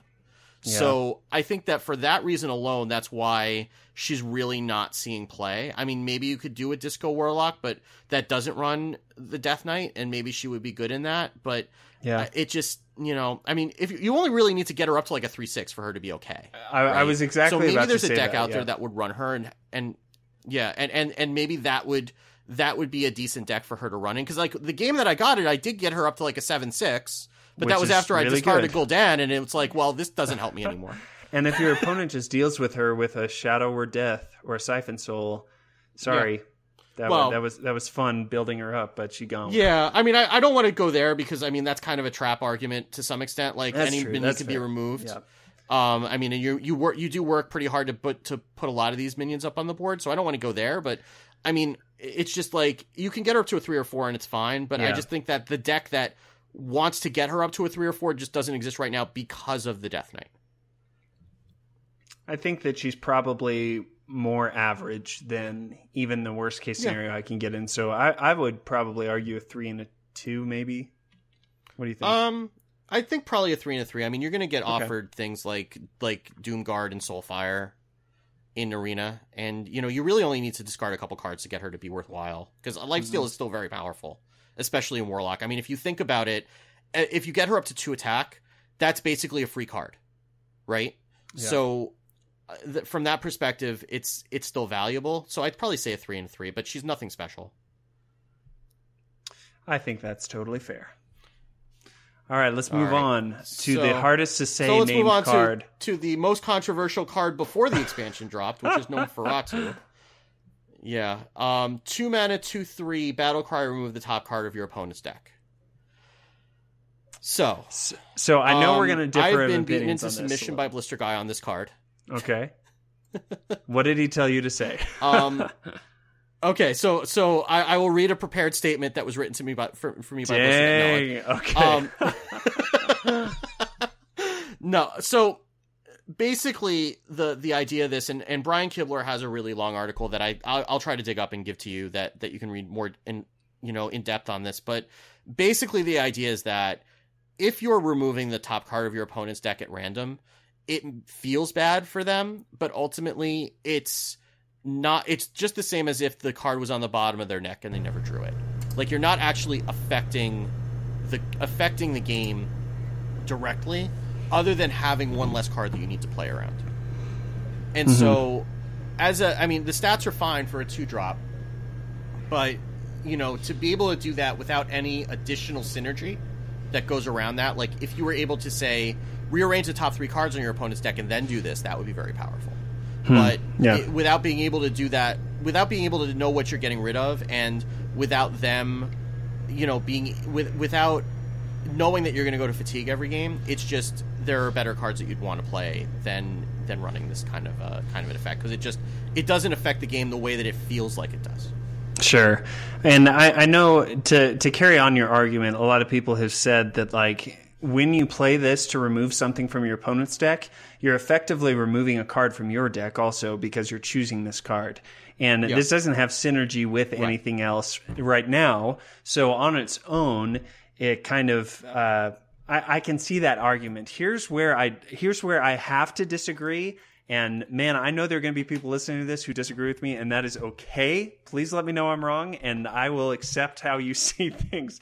But the only difference is that if you do take off a card that's essential to their deck, especially when combo decks like Exodia Mage exist out there, and you remove Archmage Antonidas, the game has changed because you played that card.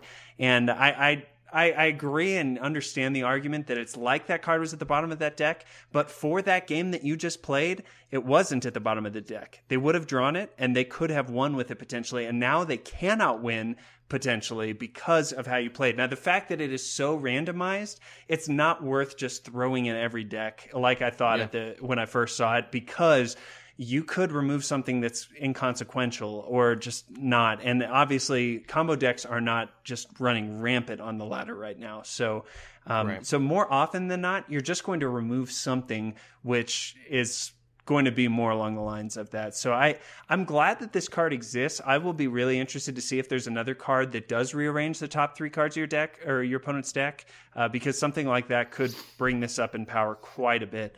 But for now, I think it's fine. It's probably not going to see play, and it's probably like a 2. I don't know. What do you think?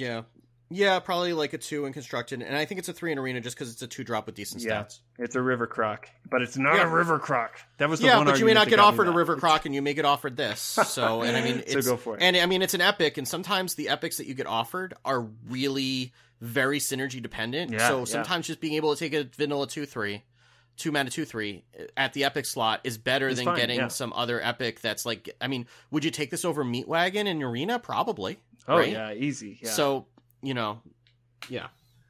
That's good. All right, next one is going to be probably the hardest card that we've ever reviewed on this show, I have a feeling, just because it is so not just on its own.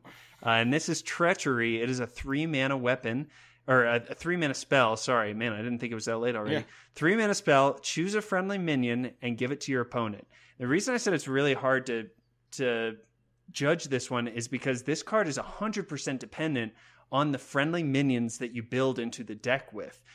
This is a card that you will probably never choose in arena, but in constructed, you only put this in a deck that is trying to do something specific, I think. Is that fair to say? How do you look at this card?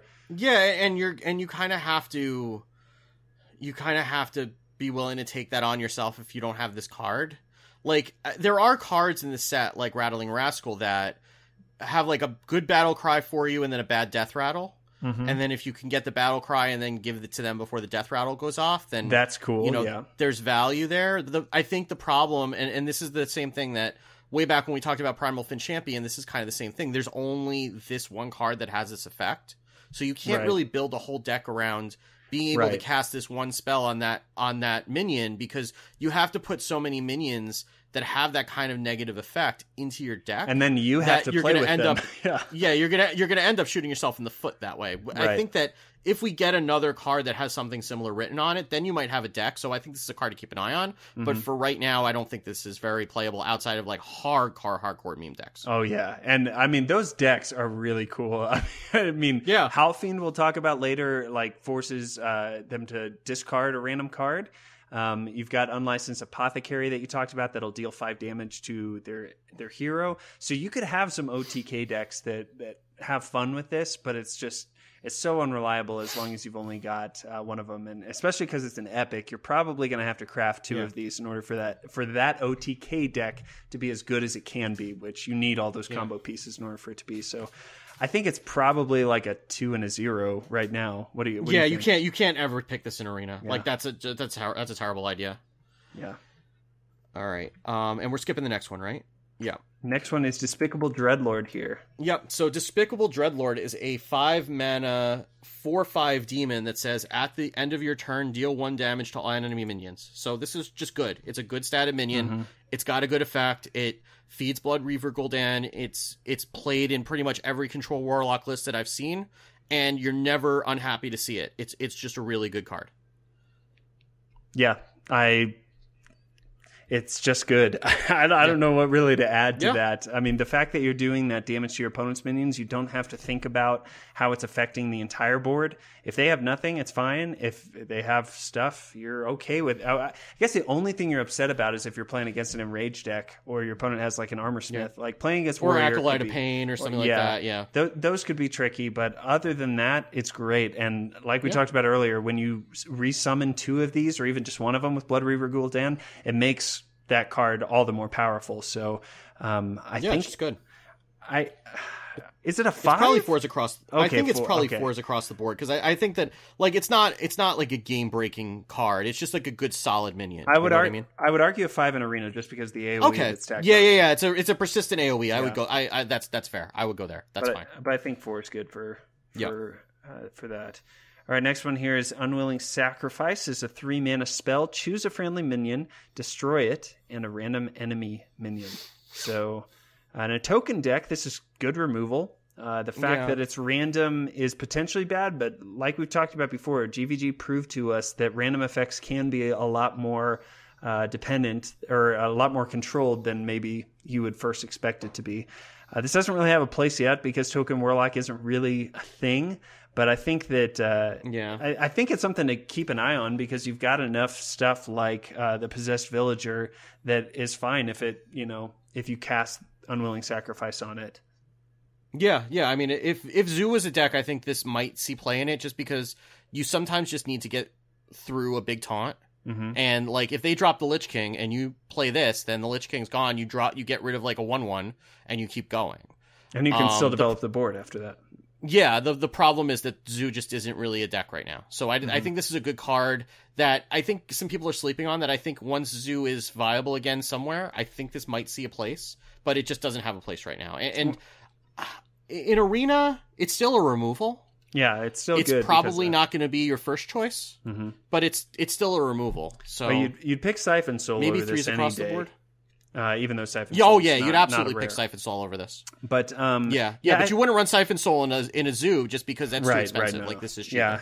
I think 3s across the board is fair. The only other thing I'll say is that for a token deck, the hard thing is that normally you don't need to worry about removal spells because you can just buff something up and ram it into something that you need to take care of. So maybe this finds a place down the road, but for right now, it's just okay. Yeah. Yeah, I mean, if you think about it, right, Power Overwhelming was that card.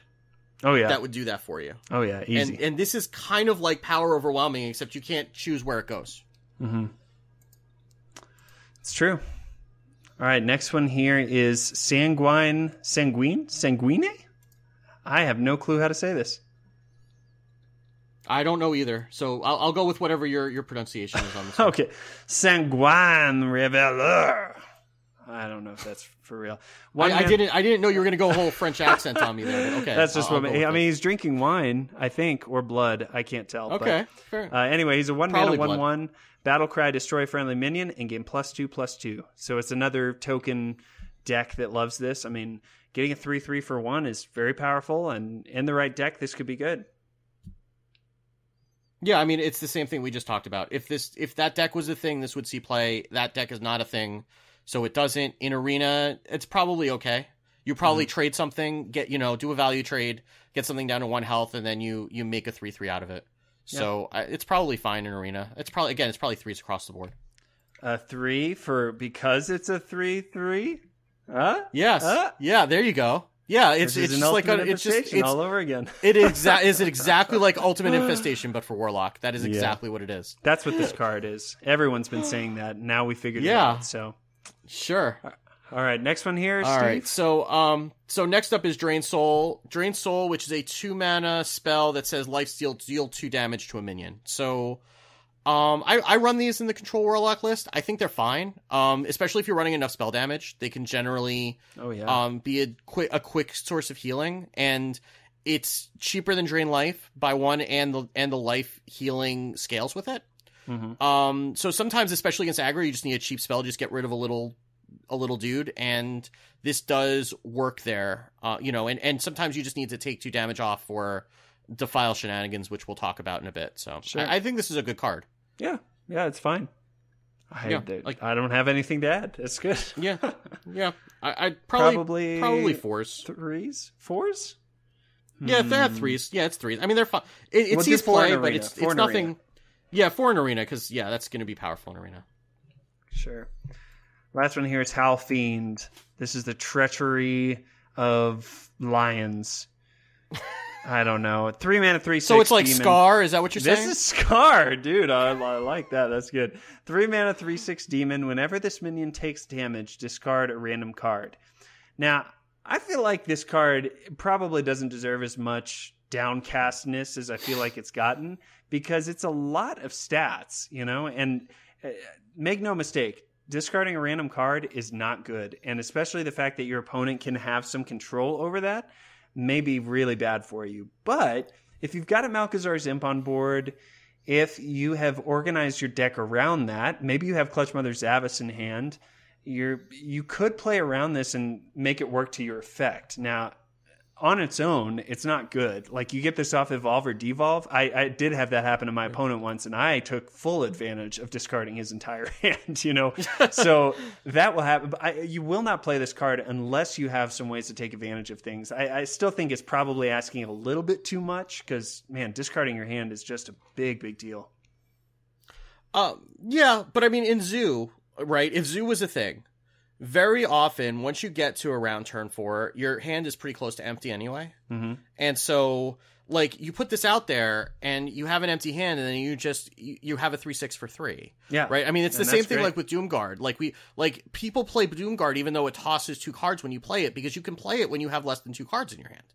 Mm-hmm. And I think that this is kind of the same thing. You need to make sure that you're consistently emptying your hand to maximize the value of that if you don't have stuff that scales from discarding effects. But the problem is just that this card has no deck to play right now. Mm-hmm. And I think that if you had a Zoo, you might see this, or especially a discard Zoo. And an Arena, you're probably never going to pick it just because that's too high of a cost to pay even for those stats in Arena, I think. But I think that if Discard Zoo became a thing, this could see a place in it because those stats are significant. I mean, 6 health, that's a lot of butt for a 3-drop. Oh, yeah. And Zoo, what Zoo cares about is getting value trades and trading off minions and just scaling the size of the board that way. Yeah. So a 6-butt minion that only costs 3 that can trade off three opposing minions, that's not to be, underestimated. It's just that deck doesn't exist right now. Right. I will push back a little on Arena because I think this probably has more staying power even there, though, because you're more likely to have kind of a Zoo feel for your deck.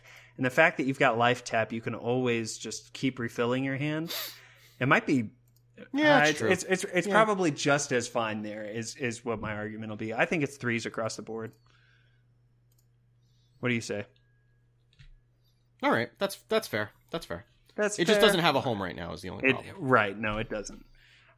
Okay, moving on. Oh, it's our last class, Steve. We've been through so much together. We've been through so much, and now the world is burning. Is that what he says? He says something like that. I think so. Well, okay. It was icy, so he had to warm it up. He just what? Scourge Lord Garrosh just wants warm hugs. He's a nice guy. All he wants. He really is. He didn't, betray anyone or anything like that. So Scourge Lord Garrosh, this is mine, right? 8 mana. Yep, this is yours. 8 mana hero power. 8 mana hero card. 5 armor, of course. Battlecry equip a 4/3 Shadowmourne that also damages adjacent minions. And then his hero power is going to swap over and be Blade Storm, which for 2 mana will deal 1 damage to all minions. So you get a persistent whirlwind effect without having to do cards. And the weapon is pretty powerful. But this is probably one of the more underwhelming hero cards in my book. Yeah. Yeah, you need to have a specific deck to run it in. That's the problem. Because giving up armor up and getting that hero power, you need to have cards in your deck that take advantage of that. Like there is a Temple Warrior build out that is pretty good that I've run this in and it's effective, but the problem is that once you lose board in your top decking, that hero power does absolutely nothing for you. Right. And you could be losing the game potentially because you're not able to armor up. That's always been Warriors' MO outside of Pirate, obviously, to be able to outlast their opponent. And I have noticed that. I didn't pull Garrosh, but I've played against him. And I have won a few games where I've had that thought that if they had armor up, they would have had a better chance of winning probably rather than... Right. This kind of seems like an 8 mana equip a weapon, and Whirlwind, hopefully you can take advantage of, kind of. Right, and in that deck, you're going to be taking advantage of it. Like I was spectating a game where Rob from Velen's Chosen, I'd given him a list that Fibonacci had put together, and I saw him rack up like Justicar levels of armor with this card. Like he was at like 30 life and like 40 armor or something ridiculous like that by the end of the game. So like with armor smiths, with alley armor smiths, with with other things that can give you armor and other things that can take advantage of being hit, which there are a lot of them in this set. And I mean, there's always been things like Acolyte of Pain, like Battle Rage, that will or Blood to Ichor is another one that just kind of take advantage of small amounts of damage and scale from there. So there is a deck. I think that deck is just not good enough right now because Jades just step all over it. Yeah. But when I've played that deck, it felt pretty strong. It just is like tier 3 right now compared to the other decks that are out there. Yeah. But it is very situational, and it's probably like the hardest of the Death Knights to use for sure. I mean, I would argue that just because it doesn't do a lot, it's probably going to be something like a 3. Yeah, I think so. And it's probably a 2 in Arena. You really have to have a very specific... You have to have a very specific deck to spend 8 mana for a 4/3 weapon that takes away your hero power in Arena. Because AoE is so valuable in Arena, you are damaging your own minions with that hero power, but you're gaining a weapon and you're able to deal with their stuff. Now, the hardest thing is that after you play this, they're probably going to be a lot more wary to fill their board up. So you're not going to get as much value off of that dealing damage to adjacent minions. They'll probably only put 1 minion on board each turn if they can arrange it, and then you'll kind of be forced to run into it. So, yeah, I'll go with you for 3. It's probably a little bit more valuable in Arena, I think, but not a full point's worth, at least. Yeah. Yeah, it's going to... I mean, weapons are good in Arena, but this is a very expensive weapon, basically. It's very, very expensive. Yeah. Speaking of expensive... yeah, so let's talk about Rotface, which is an 8 mana 4/6 legendary minion that says, whenever this minion survives damage, summon a random legendary minion. So, again, this is going to go in a very specific deck that's going to run something like Scourge Lord Garrosh, that's going to run a lot of Whirlwind effects. Mm-hmm. And, just to calm you down from the text, like, a random legendary minion is not always good. Again, we've referenced Lorewalker, Cho, and Mayor Noggenfogger at least 3 times in this podcast alone. Funny how they keep that said, I think that they've run the numbers on this, and your average is like a 4/4 or a 5/5. So, I mean, if you were to like drop this, press the button on Garrosh's hero power, and get another 4/4 or 5/5 next to it, along with what would be a 4/5 at that point, that's okay, right? Mm-hmm. That's not. Yeah. There was a deck that Mitsuhide was running day one that was running this, and it was a day one deck, but it was fairly successful. So I don't. You have to have a very specific deck for this to go in. You're not going to just drop this in any deck and expect to get value out of it. But in that specific deck, I think it's okay. Yeah, I think it's just overcosted, and it kind of has to be because of the banana stuff that can happen because of it. But I think that this is just a minion who looks very glimmery, but then you actually play it and you end up getting a little bit of a rot face, you might even say.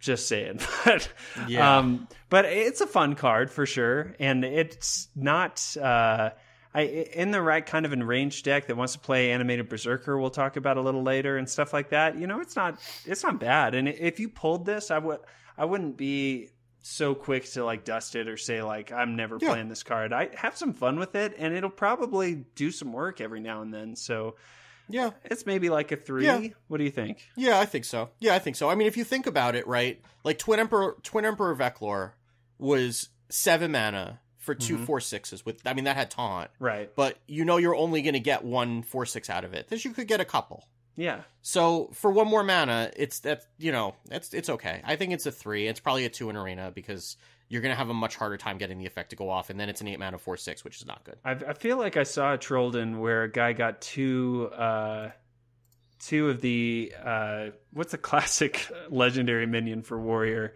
Grom? Grommash, yeah. He got 2 of those off of Rotface. I mean, so there are some instances, and obviously you can high roll with it. Pretty good with him. Yeah, that can be really, really good. Yeah. So don't count him out. Yeah, you can also get a Morose that'll die immediately as soon as you press the button. So yeah. Sad. All right, next one here is Bring It On! ! It's a 2 mana epic spell. Gain 10 armor. Reduce the cost of minions in your opponent's hand by 2. So it's an interesting effect. It's a lot of armor. I mean, Warrior likes armor. This is going to cost you a bit if your opponent has. It's so dependent on what your opponent has in their hand and if they have a hand. If your opponent's playing some deck or zoo deck that just gets everything out of their hand, you could get 10 armor for 2 mana, and that's great. But I think more often than not, especially in this control meta, where a lot of people are holding on to a lot of cards, even like overdrawing and stuff like that, you could be enabling something that you are going to regret. Yeah, well, I mean, especially in a meta where half the decks are running Ultimate Infestation, then that's kind of you're never going to have a good time to play this card, basically. Well, Ultimate Infestation is fine because it just reduces the cost of minions. Yeah, but they're right after they've played it, then they've drawn 5 minions. Oh, right. No, that's true. Yeah. Or 5 so K9, and that but... you really don't want to make it easier for them to get those minions out. So it's like in like a meta where Freeze Mage was really big, or like there were a lot of like OTK decks and you just needed to get yourself out of that range, then I could see this being a tech card. That's as most of what it's going to be. This is not a card that you're just going to run in a Control Warrior deck right now. I think it's asking for trouble because it's a dead card like most of the game. I think it's good. And the effect is just not good enough. I mean, you could run 2 shield blocks, right, and just get the same amount of armor. It's not the same kind of burst healing, but like it's even like Greater Healing Potion has no downside and it only rarely sees play. Right. I think, this kind of stuff is important for, especially since I've been playing some Rogue lately, like Swashbuckler and stuff like that. Like getting something weird like this is important that we have those. You're just not going to choose this very often. I don't know why you choose it in Arena either. It just doesn't do anything. No. It delays the game a little bit further, and it could enable your opponent quite a bit, so probably ones. What do you think? Yeah, I mean, maybe 2s. I think that it has a use, but it's just going to be very specific. Okay. I'll go to 2s. Yeah. Like, I'm not willing to say it's complete trash, but it's close. Yeah. So, Dead Man's Hand is a 2-mana epic spell that says shuffle a copy of your hand into your deck. Huh. So, there is a deck that is out there that I believe runs something like Arcane Giants and Blood Warriors and a whole bunch of other stuff that is way too complex for my tiny brain to handle. I played against this deck, so I know it. Yeah. Oh, you go ahead because okay. I've not seen this on either side. Here's the dream, because obviously this card allows you to last longer than your opponent, right? Unless they're doing Jade Idol. That's the only other card that does something to really get stuff back into your deck now. So the dream for this one is you hit it right on the money. Is Arcane Giants, Armor Smiths, even Cold Light Oracles and stuff. So you get those guys on board. Arcane Giants are great because you can play them for really cheap or 0. If you have your second copy of Dead Man's Hand in your hand, then you play this, and you have a third Dead Man's Hand, and you can keep that train going. I can't remember if it's Sudden Genesis or Blood Warriors puts them back into your hand. So you play the Arcane Giants and the Cold Light Oracle and all that stuff. You play Blood Warriors, and then you Dead Man's Hand everything back into your deck, and then you're able to do that again in a few turns. And with the Cold Light Oracles, you speed that up and stuff. It's an extremely powerful effect. It doesn't go in just any deck, but I think this really enables Fatigue Warrior to be a thing, and it's a combo style deck because it requires that you have certain things in your hand. Once you get those things, you're able to really outrun your opponent and do something incredibly effective to mess up the game. So it was no fun to play against because there's nothing I could do about it. And that kind of stinks, I guess you could play whatever the make spells cost 2 more, Nerubian Unraveler or something. But, this deck isn't wildly out there. So I will definitely argue that this is a powerful card because getting a ton of cards back in your deck. I guess after talking about Archmage or the Archbishop Benedictus, that was just random stuff. But this is controllable. Right, that's just getting a bunch of junk in your deck. This is getting a very specific set of cards into your deck repeatedly. And especially for a combo deck, which needs specific cards, this is exactly what you want. So I'll argue, gosh, I almost want to give it a 5 just because, like, it does a thing, you need the other stuff, but this is a very powerful effect in the right deck. Yeah, the other thing that I didn't mention when I was talking about that Tempo Warrior that Rob was playing, that was not the Blood Warriors deck, but that also ran N'Zoth. So the idea is that you would have 1 copy of Dead Man's Hand, or maybe 2 copies of Dead Man's Hand, and you just keep cycling N'Zoth into your deck. Oh, wow. over and over and over again. Gosh. And you have a lot of draw effects like Battle that's Rage and stuff like that, disgusting. so you just keep dropping N'Zoths. Yeah. So, it's got other applications too. Again, Arena, this is like a 1. I don't think you ever need this in Arena because you're not going to have that scenario, and most Arena games don't go to fatigue. Yeah, that's but probably true. In Constructed, I think for the decks that want it, it's a 5 because it enables new archetypes. Yeah. I think that's totally fair. All right, let's move on. Okay, so this is you, I think. Oh, sorry. This is... Oh, yeah, because I'm just so sick of hearing my voice because I talked all about that one. But this is Mountain Fire Armor. 3 mana minion, 4 attack, 3 health, death rattle. If it's your opponent's turn, gain 6 armor. So, like we said before, it's cool messing with your opponent. And a 4 attack, 3 health minion is kind of right on that edge where it's like, I really don't want that to stick around for long, but I also don't want to give my opponent 6 armor. So playing against this card really stinks. Like, it doesn't put you in a good situation. Yeah, and originally, like, there was a lot of discussion about this. Like, well, 3 mana 4/3s are just not good, and the effect is probably not going to go off. And it turns out that you can't really ignore 4 attack going at your face for too long before you have to do something about it. Yeah, and again, this is in that N'Zoth tempo deck. So the fact that this just has the word Death Rattle on it says that it's going to come back with N'Zoth. And by the way, Bone Mare is a card that can force your opponent to have to deal with this, and that's a card that gets run in that deck too. Yep. So yeah, so there are ways to make this card viable, and I think it's a better card than a lot of people gave it credit for. Again, the problem is just that deck is just not good enough in this meta.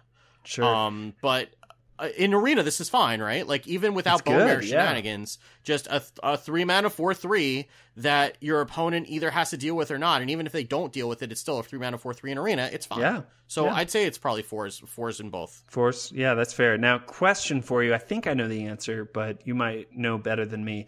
If this dies on your own turn, does it still come back with N'Zoth, even though it didn't actually like resolve the death rattle? Yes. Okay. Yeah, because the only thing that N'Zoth cares about is if the word Death Rattle is written on the card. That's great. Love it. Yep. All right, next one here is Valkyr Soul Claimer. Yep, so Valkyr Soul Claimer is a 3 mana 1/4 whenever this minion survives damage, summon a 2/2 ghoul. So it's fine. I think the problem is just that there are a lot of these types of cards, and there's just so many that can fit into this type of a deck, and this one just isn't good enough to see play. You know what this card wants in Wild? What does this card want in Wild? Hobgoblin. Oh. Ooh.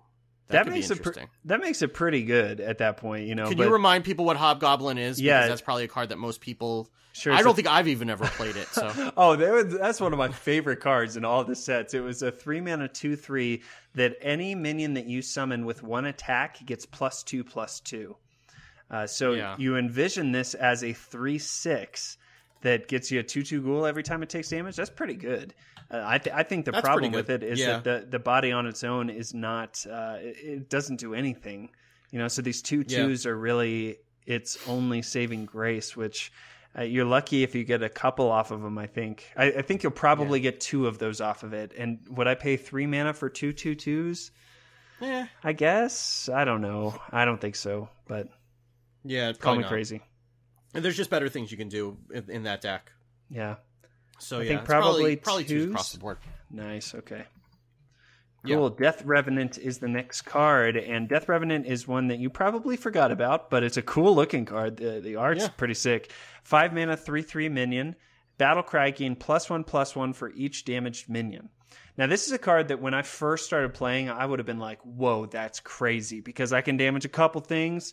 And it's a 5/5. I can damage all my board, and it's like unending value. But the problem is you're not going to get that very often. So it's nice that it's each damage minion. It's not friendly. So, you know, if your opponent has some damage minions, you could get something off of it. It's just unreliable is probably the problem. Yeah. Yeah, and you need big boards on both sides to really get a lot of value out of it, and that it just doesn't happen enough. Yeah. And it's overcosted for if nothing happens. So, yeah, it's even in Arena, you're probably never going to play it. It's probably ones. If it were 4 mana, it'd probably be okay. I still don't know if that it would see play, but it'd be okay at least at that point. Yeah. But as is, I'll go with ones too. Yeah. So next up is Animated Berserker, which is a 1-mana 1/3 common. After you play a minion, deal 1 damage to it, which, with everything that we've been talking about, sounds like it would be very useful. The thing is that it's just, there are enough cards right now that do this that you really don't need it. Maybe in a few months when Ravaging Ghoul goes out of standard, then this might see more play. Right now, it just seems like it's one more thing that does this, that you don't need that many effects, honestly, and it's easy enough to get rid of. Yeah, I think they want to give Warrior a strong 1-mana minion, and I think this could be it if there were really a good way to buff it. Like, I think about the Cruel Taskmaster. Yeah. Like, if you play that the next turn, that's fine. But the problem is your Cruel Taskmaster is a 2/1 now. So I think it's cool, but you're probably more likely, if you're playing this, to play it in combo with something. So on turn 9, you play Animated Berserker and Rotface, and then you've got a guaranteed second legendary. That's not bad, but you wouldn't want to design your deck just around that. So I want to say it's like a 2 and a 1. What do you think? I mean, you can just play Whirlwind. Right? Yeah. Like, if you're going to do that, you can just play Whirlwind. So and Whirlwind is just easier to deal with because it affects everything. Mm-hmm. So, yeah, I would agree with those numbers. Okay. I mean, maybe it's a little bit higher in Arena just because it's all 1-mana 1/3. That's probably just going to trade into something and die, and that's fine. Yeah. Maybe it's a 2. The problem is if it sticks on the board, then your next minion is going to be hosed. So. I'll go up to 2 because a 1/3 for 1 is always powerful. It's just the effect that you're living with that I hope you don't regret. Yeah, but you miss turn 2 often enough that Yeah, that's fair. Yeah. All right, moving on. All right, this is you. This is me. Sorry, I'm just lost. It's okay. We've been going a while. Did we do the second episode right before this one? Because I feel like I lost it a lot sooner. I don't know why. Okay, Bloodrazor is a 4-mana weapon, 2 attack, 2 durability, Battle Cry, and Death Rattle. Deal 1 damage to all minions. All I have to say about this is I'm still upset that they're not calling it Battle Rattle. Oh my god. Oh, don't do that to Why me. wouldn't they do that? That's too good. I know, right? Now I'm sad. No, this is a great card. This is what Death Spite should have been. It's much more balanced. It's a little bit overcosted, and you really have to want those whirlwind effects, but it's fine. It's good. Especially in the deck but the deck that wants this does really want those whirlwind effects, and being able to get the second whirlwind effect for free is extremely powerful. Absolutely. I mean, especially because not just the cards that we've talked about, but King Mosh also really likes this card as well. Yeah. The fact that you can hold on to it and, use the second durability and then play King Mosh makes him much better, in my opinion. Yeah, and even just like using it is basically like a little mini swipe. Yeah. So I think this is one of the best cards that Warrior got. Dang. Honestly. You going 5s on this? I'm going 5s on this. Wow. In Arena, it's extremely powerful, right? Weapons are already good enough. Yeah. And you tack on those 2 AoEs, and that's very, very strong. So. Yeah. Cool. And I mean, you think about the fact that Grommash Hellscream hasn't seen play the whole last expansion, and now all of a sudden he is because of this card. And Grommash Hellscream is one of the most powerful cards that Warrior has. So good, yeah. This makes him even better.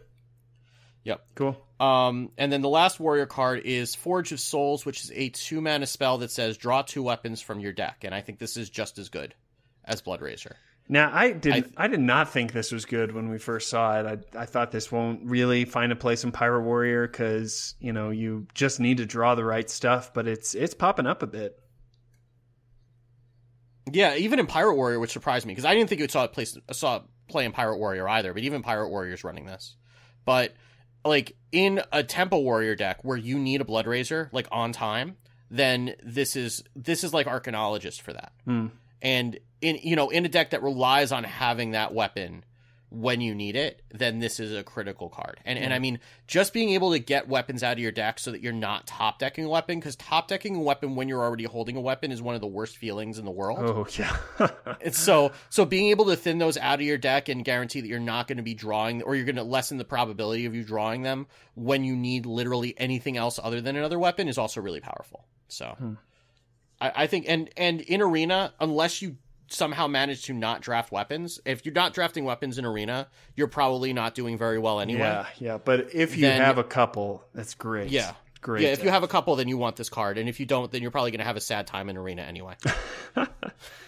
So, I mean, I would say like 4s across the board. What do you think? Yeah, I think so. Yeah, I won't go as high as 5 because I Yeah. do think that it's not that good, but I think it's one of the best cards that Warrior got. Cool. All right, the classes Okay. are done. It's time for some neutral cards. We've got a big one to kick All us right. off here. So I guess we may as well just talk about the 2 legendaries that we have left together, right? Sure, yeah. Because they kind Uh-oh. of do go together. Yeah, because they do go together. Because you have a boy and his dog. You That have sounds like the a Lich poem. King, which is an 8/8. It is. It should be. Maybe you can do that instead of your singing for card I'll of the week. write You that. get working on yes. that. I will. So you have the Lich King, which is an 8/8 taunt. At the end of your turn, add a random Death Knight card to your hand, and his trusty dog Arphis, who is a 4-mana 2/2 beast with a Death Rattle.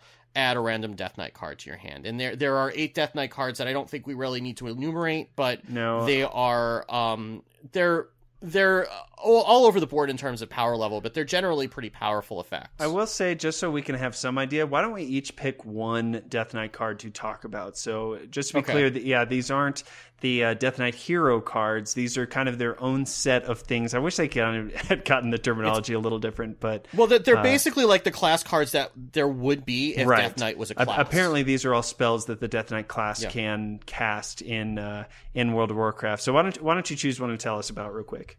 All right, so one is Frostmourne, which is a 5. It's a 7-mana weapon, Uh-huh. 5/3 weapon, and it has a Death Rattle. Summon any minions that were killed by this. Which that's summoning them on your side of the field. Yes, on your side of the board. So that's pretty. It's basically killing all those minions and then taking control of them after they've died. Which is exactly raising what them the back Lich up. King does. Yeah. The kind of problem with the cool effect with this is that a 7-mana 5/3 weapon is very effective at killing your opponent in a couple turns, which It is what I is, yes. usually see this But used there are for. also generally a lot of taunts like, oh, I don't know, the Lich King that are in your way that also No, that's true. that also need to get chopped down. So Absolutely.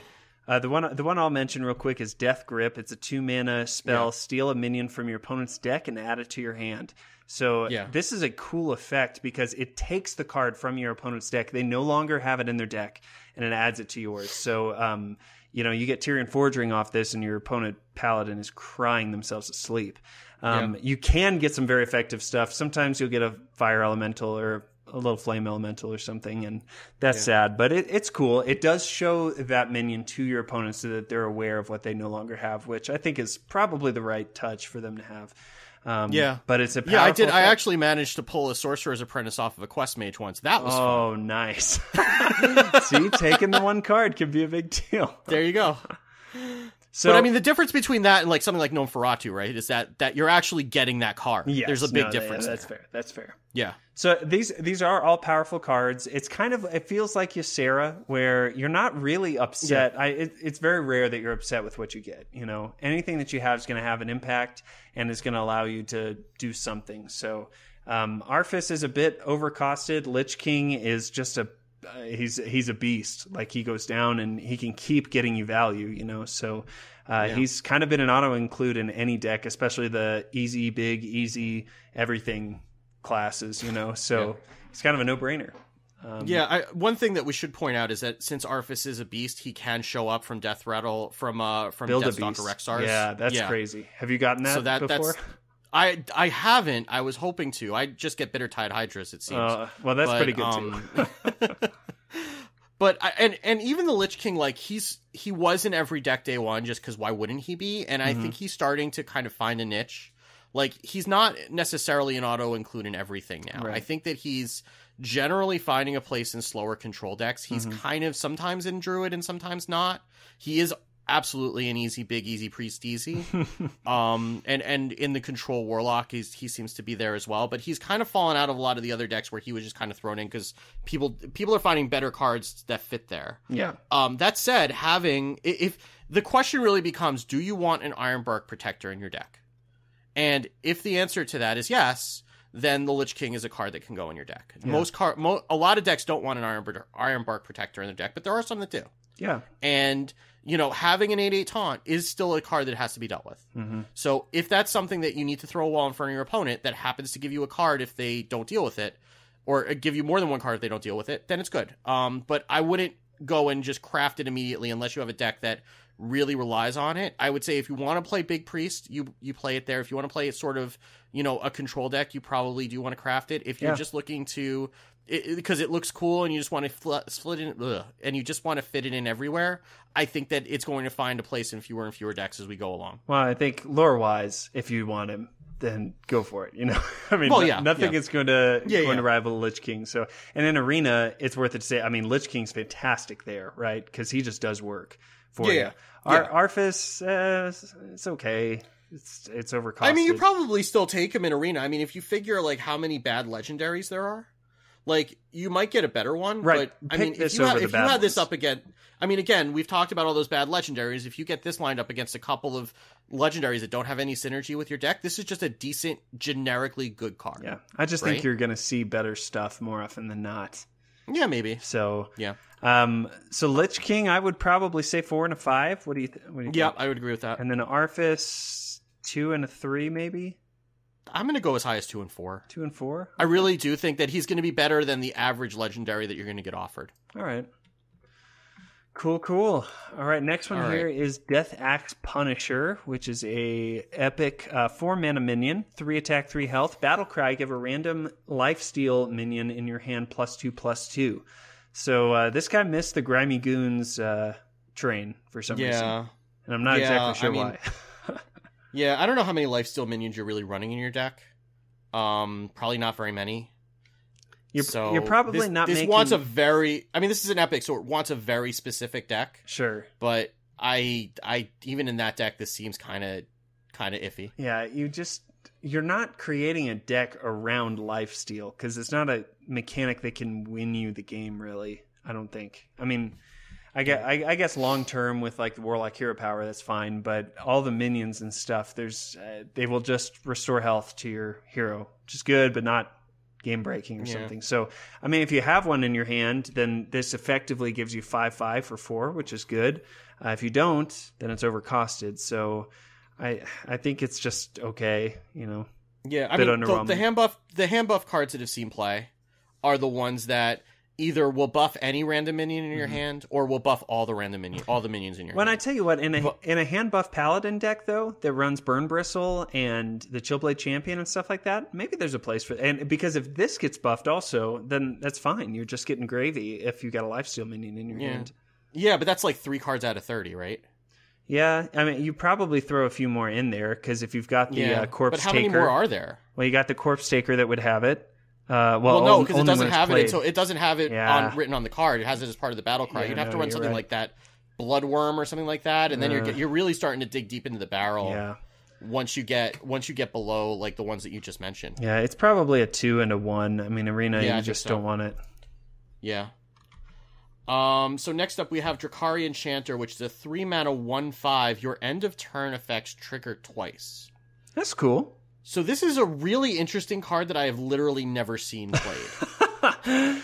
Because it's so niche. It's so niche. Yeah. I mean, I guess if you drop it with a Lich King, okay, then you get 2 Lich King cards. Like, there aren't that many end of turn effects that are good enough that you're going to go through the effort of inclling this. And that's I don't the problem. Know. I mean, maybe with like Despicable Dreadlords, that could be okay. But even then, like, there's a lot of times when that effect goes off and it just doesn't hit anything. Yeah. You'd have to have a really specific deck that's trying to do things like get 1 million cards out of Cabal Trafficker, or I don't even know what else you would. I don't even know what else you would. Yashiraj would obviously be very powerful. That would be worth running the extra card to try to get that. Yeah. Yeah, but I mean, even Yashiraj, like, you can't. Unless you're running it in Easy Priest, which you're not going to because it's going to pollute the pool. Mm-hmm. Like, you're not going to get it out on the same turn as Yashiraj. Yeah. So you have to get this thing to live and then drop Yashiraj next turn, and that's asking a lot. I mean, it fits with Ysera also. So So those big decks, it could have a play, but the biggest problem is that you don't want to pull this off of Barnes. You don't want to pull this off of the Shadow whatever card, exactly. you know. So I think this is a card to pay attention to because, you know, Brand Bronzebeard was extremely powerful. And so there's a possibility that if we see more cards, anytime we see a card with end of turn on it, this card is going to be remembered. And maybe we'll see something that's just so good when there are two of them, and it makes a little more sense. Maybe like a 4-mana minion that this could curve into that your opponent doesn't see coming. Because a 1/5 minion is hard to deal with, you know? Yeah, I mean, we just talked about that. Yeah. So there is that, yeah. So I think right now, though, it's probably like a 2 and a 1. Yeah, I think so. You're not picking this in arena. No. But that score could definitely change based off of cards that come in the future. Yeah, so we'll see how. Yeah, that I mean, works. if with the very powerful end of turn effect, Yeah. you absolutely could. I mean, and you know, maybe the Lich King is that. I don't know, but it doesn't seem like that's even good enough. Yeah. All right. So Furnace Fire Colossus is a 6-mana 6/6 that says Battle Cry, discard all weapons from your hand and gain their stats. I don't even have a category Sure. for this card. Like I don't know what to do with this thing. No. I mean, I don't know. the Like, deck that runs a lot of weapons is Pirate Warrior. You can't play a Yeah. 6-mana minion in Pirate Warrior, I don't think. No, and I mean, or you run a lot of weapons in Temple Warrior, but you don't want to discard them. Like You wanna use them, like 'cause there's maybe so you don't much care value. about the War Axe so much, but you don't ever want to discard a Blood Razor. Yeah. So I mean, I've taken this as arena because it's a decent vanilla minion that I've never gotten the Battle Cry to go Sure. off on. Yeah, and that's fine. But and you know, with epics, it's generally been like the least offensive pick out of the 3. Mm-hmm. But I can't see a place for this in Constructed. There's probably some sort of a weird deck that I'm not thinking about. That, I mean, I guess maybe if you dropped a Doomhammer, you know, what does that make him? Like an 8/14? Oh my gosh, yeah. That's gross. Maybe that happens. I don't know. Yeah. Maybe that's something you try just for fun. But yeah, I just don't see this in the Constructed. thing is, even in that, and I know that this is a moot point, but then your opponent just has a hard removal they use on it, you know? Yeah. And Yeah. Jackie Chan, I am looking to you to make this card happen, but until then, I think it's a 1 in Constructed, a 3 in Arena, maybe? Yeah, I think so. That's fine. All right, next one's a cool card. This is Rattling Rascal, 4-mana, 2/2, Battle Cry, summon a 5/5 skeleton. Whoa, that's crazy. Death Rattle, summon 1 for your opponent. Whoa, I don't want that to happen. So, you know, for 4 mana, you're getting 7/7 stats. That's great. Yeah. Your opponent getting a 5/5 drastically reduces that. But you mentioned shenanigans with treachery you can have with this. Evolve is the other one that loves this card. Evolve's the one that Oh my fits gosh! in really well. On turn 5 for you to play this, and I assume the 5/5 skeleton's a 5-cost minion, but I don't know that for sure. Maybe it's 4. Either way, I'm not sure. Either way, let's take worst case that they're both 4 cost. You have 2 5-cost minions for 5 mana, which for 5 mana you should have 1 5-cost minion. So you just hack the system. It's a cool card. Yeah. I mean, I think in the right deck, and again, it's an epic, so it should be in the right deck. But in the right deck, it could be useful. I'm just thinking now, randomly, I'm wondering why Big Time Racketeer never sees play in Evolve decks. That's a really good point. Because you would think now with the Deathseer, maybe I just gave somebody an idea, but I guess with Thrall Deathseer now, because you can leave the 6/6 alone and just evolve the 1/1 into a 7-drop. Oh yeah, golly, yeah, that seems, you know, for 8 mana. You know, I didn't. Maybe that's just something that I'll have to message Eve after the show and give her an idea. Yeah, please do. Some science. I know she's been really enjoying that playing card. that. Yeah. I did not pull him, but which I'm kind of sad about because he's good. He's adorable too. He's an adorable little skeleton. Yeah, he is. I think that especially in the deck that wants him, he's really good. And probably overall, it's like a 4 in Constructed, a 3 in Arena. Yeah, I think so. Okay. Yeah. All right. And on then to is the that rares. the last one, or do we have? Yeah. Okay, we're on to the rares. So we have Bone Drake, which is when I go back to the tab. Yeah. Bone Drake is a 6/5, 6-mana 6/5 dragon that says Death Rattle and add a random dragon to your hand. So this is just good. I mean, it's a dragon. There are dragon decks that want him. We'll play him. You can get dragons that are not from your class. So if you are playing Dragon Priest, you can get Syndragosa. Cool. And he replaces himself. So you have a 6/5 that replaces itself. and it works in Death Rattle decks. It works in Dragon decks. It's good. Yeah. It's a good card. The fact that his attack is higher is really good, I think, just because he's going to be able to trade. The worst thing that you're going to pull is a Fairy Dragon. Even that's not awful. It's a good card still. But you're more than likely going to get something in that mid-range or high range. I mean, you get a Draconid Operative off this guy. That's even more value. You could get Bone Drake off of Bone Drake. So it's just good. Yeah. I think probably I'd say it's 4 and a 5 across the board. I think it's a 5 in probably. Arena. Yeah, it's a 5 in Arena. Yeah, you're right. It's a 5 in Arena. Especially because there's no there's no downside. Right. There's no, or it doesn't require anything from you like Nether Spite Historian does. So and it generates card advantage. Golly, always pick this in Arena if you get it. All right, next one here is Happy Ghoul. He's just a happy little guy. He's making snow angels. He is. I have played a deck with him in it, but I didn't hear what he says, so I need to play again, obviously. He's a 3-mana 3/3, and he reads cost 0 if your hero was healed this turn. So 0 mana 3/3s, just to be clear, are good. And there are lots of options where you can heal your hero. Obviously, Priest effectively can do that very easily. The big place that Happy Ghoul's found a home is with Blood Reaver Gul'dan, because once you play him, if you lifesteal, you restored health to your hero, and the 3/3 is for free. I think he's better early in the game when you can cheat out something. But even with some of the other lifesteal cards that deck runs, or like an Earthen Ring Farseer on turn 3, you can get or 3/3s. Drain Life is it Drain Life or Drain Soul, whichever one, the new one. That's a 2-mana lifesteal. You pay 2 mana, heal for 2, deal 2 damage, and summon a 3/3. That seems okay. So this, I mean, it's no Ultimate Infestation, but it's pretty good. Right. This card isn't OP at all. It's a sneaky little guy because he wasn't in any of the reveals and stuff until the very end. But he's going to be a tricky one that you want to watch out for, I think. As if you see lifesteal in future expansions or something, there could be other decks that want to run him because a free 3/3 is good. I think. Yeah, it's a bit of a trap for Priest because it's really still a 2-mana 3/3, which is it's not terrible, but it's not free because you're still just hero power. Sure, it's better if you're getting that off a minion. Yeah. Yeah, but Warlock Paladin, there are places where it can fit. Yeah. So I think it's a 4 and probably it's probably 4s across the board. It's probably a 4 in Arena. Yeah. I mean, it's still a 3/3 for 3. It's not there are worse cards you could get. And obviously you want him more if you've got some kind of healing effect, but on its own, he's okay.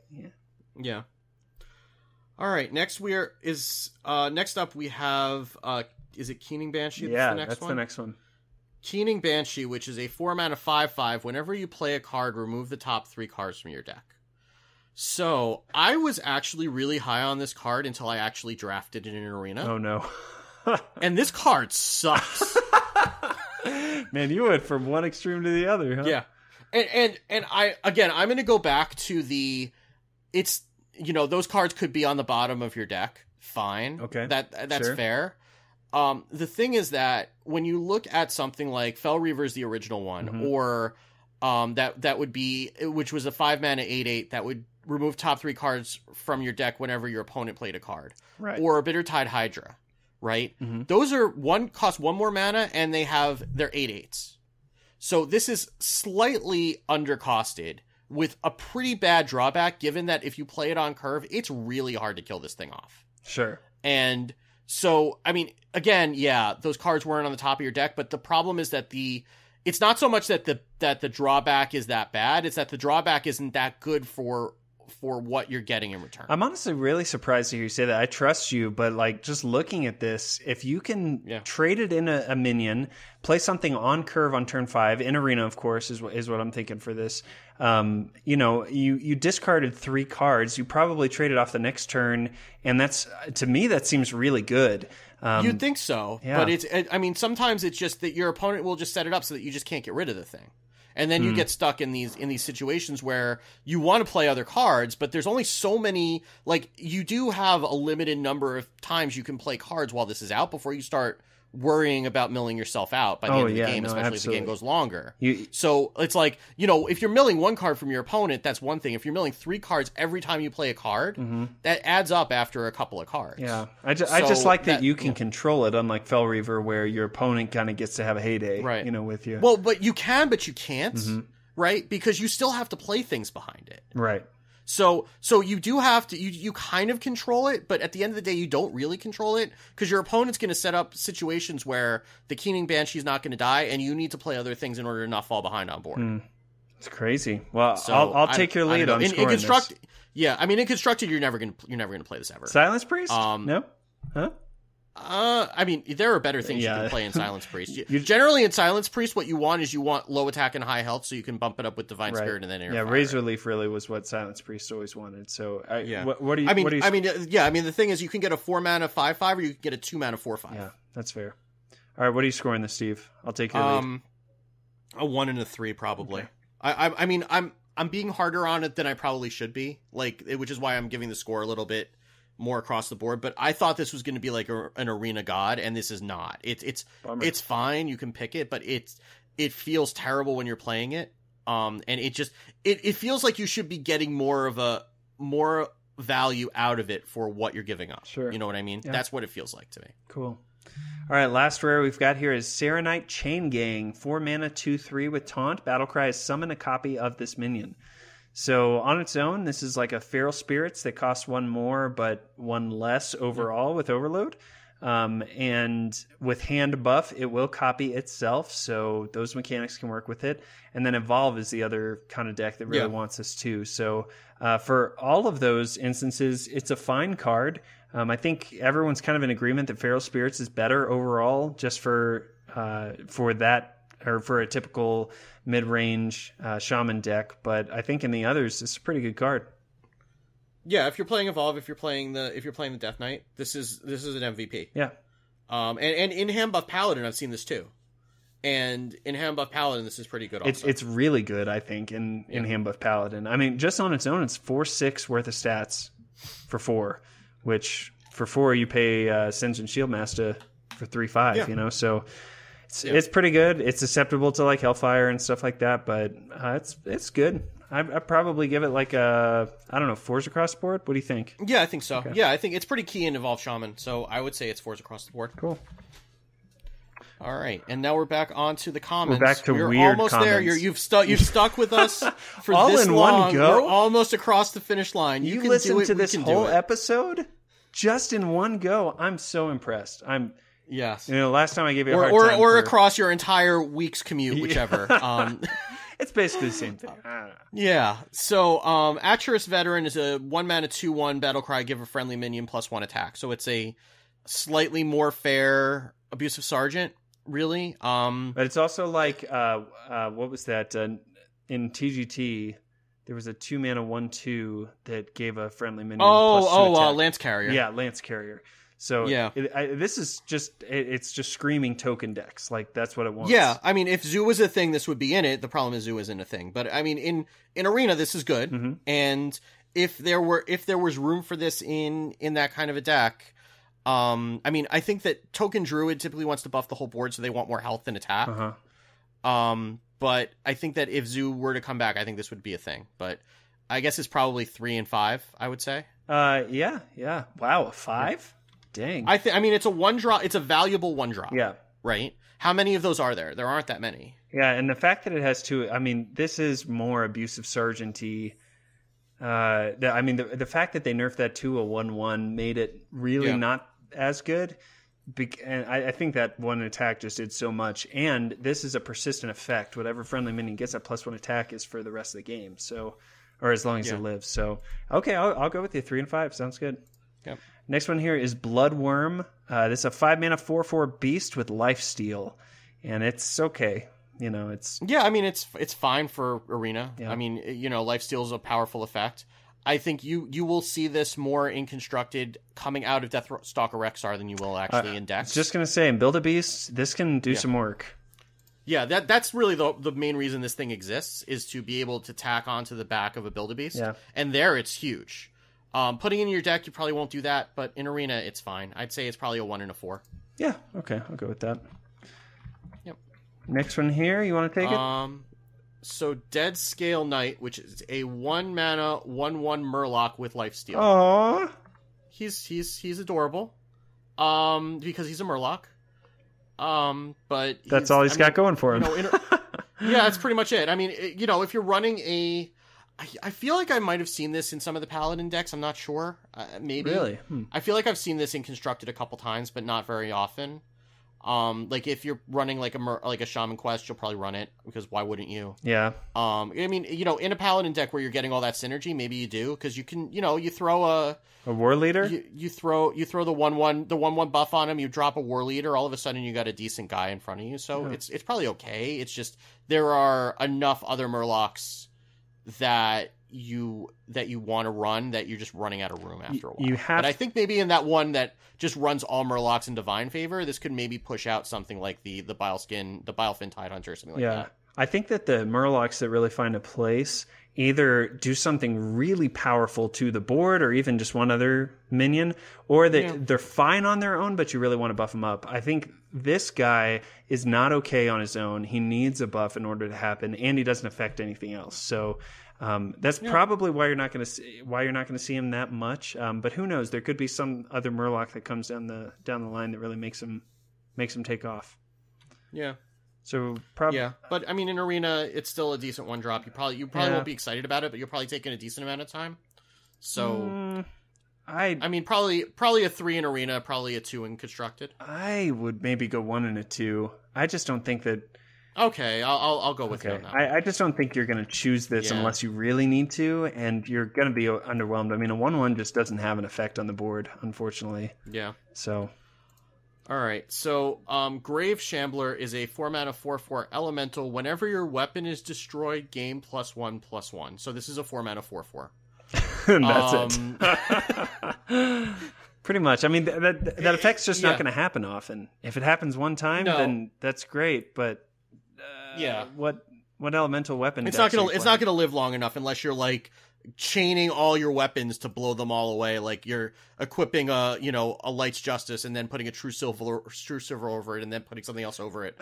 But that's so ridiculous. I can't imagine that scenario. But I mean, with all the synergy picks, it's an elemental that's not irrelevant. It's not horribly costed. Mm-hmm. If you need elementals, this is an elemental that will get offered to you because it's a common. Do you think that this kind of brings down Servant of Kalimos' offerings a little bit? Yeah, a little bit. A little bit, it does, because you don't really want this in a lot of elemental decks. Yeah. But you're never going to run this in Constructed anyway. No. Unless you're getting out of Servant of Kalimos, you probably will take it sometimes when you need an elemental. When you need anything that has the word elemental written on it, you'll take it. Otherwise, you probably won't. Yeah. So I'd say it's probably a 1 and a 2. Not a 3. I mean, 4 mana 4/4 is fine.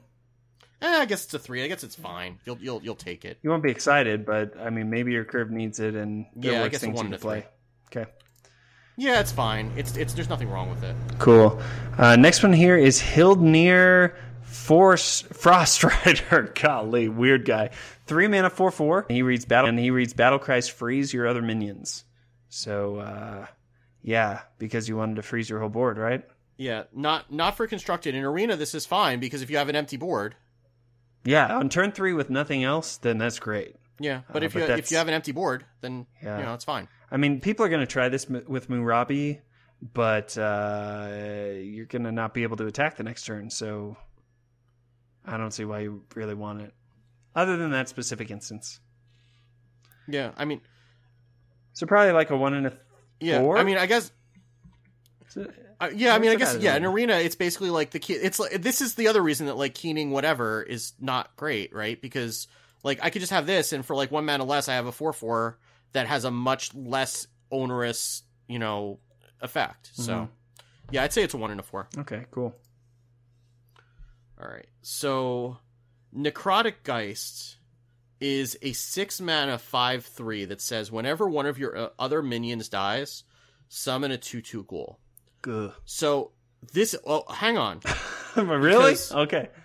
I'm hanging. In Constructed, this is trash. Right. I'm with you. In Arena, this is one of the scariest cards that they have introduced. Dang. Because The problem is you need to kill this on that turn, and if they stick it behind a taunt, you are so screwed, it's not even funny. Yeah. Because as soon as they start killing off minions, every time those 2/2 ghouls come back and they die, they summon another 2/2 ghoul. Sure, yeah. So it's like, it's this thing that just keeps snowballing, and if you can't get rid of it right away, then you just start falling behind so quickly. It looks like it's easy to remove, but sometimes it just gets stuck behind a taunt. I had one game where I just couldn't get rid of the thing, and you can't get back on board after. Oh, so you were hosed because your opponent played this. I gotcha. Yeah. Okay. That makes a lot more sense why it's so because if you fall behind and you don't have a hard removal, you can't get back on board. Yeah. They'll just keep trading off the 2/2s. They keep making more 2/2s, and you can never get anything that can get through to kill it. The one thing is there's a few AoEs that can deal with everything, and then you're good. But if you don't have that, you're absolutely right. And, I think about Happy Fun Dreamland over here, where turn 5 you play Stand Against Darkness, get the 5 1/1s on board, and then turn 6 you're able to trade each of them basically up into 2/2s. While dealing 5 damage, essentially, is what you just did. So that's fantastic. And I would, but you don't even need to go to Happy Dreamland because you're just playing other minions, right? Yes, like you're still playing other minions behind it. So the 2/2s are dying, they're making more 2/2s. You're still playing other minions behind it. So you're just snowballing the board that's just getting bigger and bigger until you can get rid of it. You're just dealing more and more damage, and you're not getting punished at all for it. So. Yeah, so I don't want to go as high as a 5, but I think this is a 4 in Arena for sure. And this is a really strong Arena card that I didn't realize how strong it was until it was played against me effectively. And probably 1 in Constructed. Yeah, you're never going to see this. I mean, maybe in a token deck it could be interesting, but it's just so pricey. You probably just want a Cult Master. Yeah. Like you probably just want cards at that point. Like if you're going to play that, you're not going to play this. You're just going to play Cult Master. No, that's fine. All right, next one here is Night Howler, 4 mana, 3/4. Whenever this minion takes damage, gain +2 attack. So this is the mini Gurubashi Berserker, and it's fine.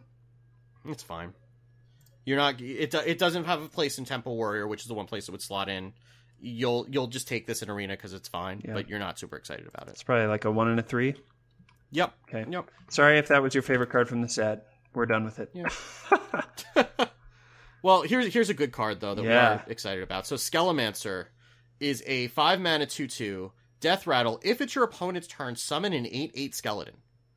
Dang. So this is really, really annoying in Paladin. And Bone Mare is a card that will make this real. Like, you can ignore it, but, your opponent's going to buff it up. Yeah. Eventually.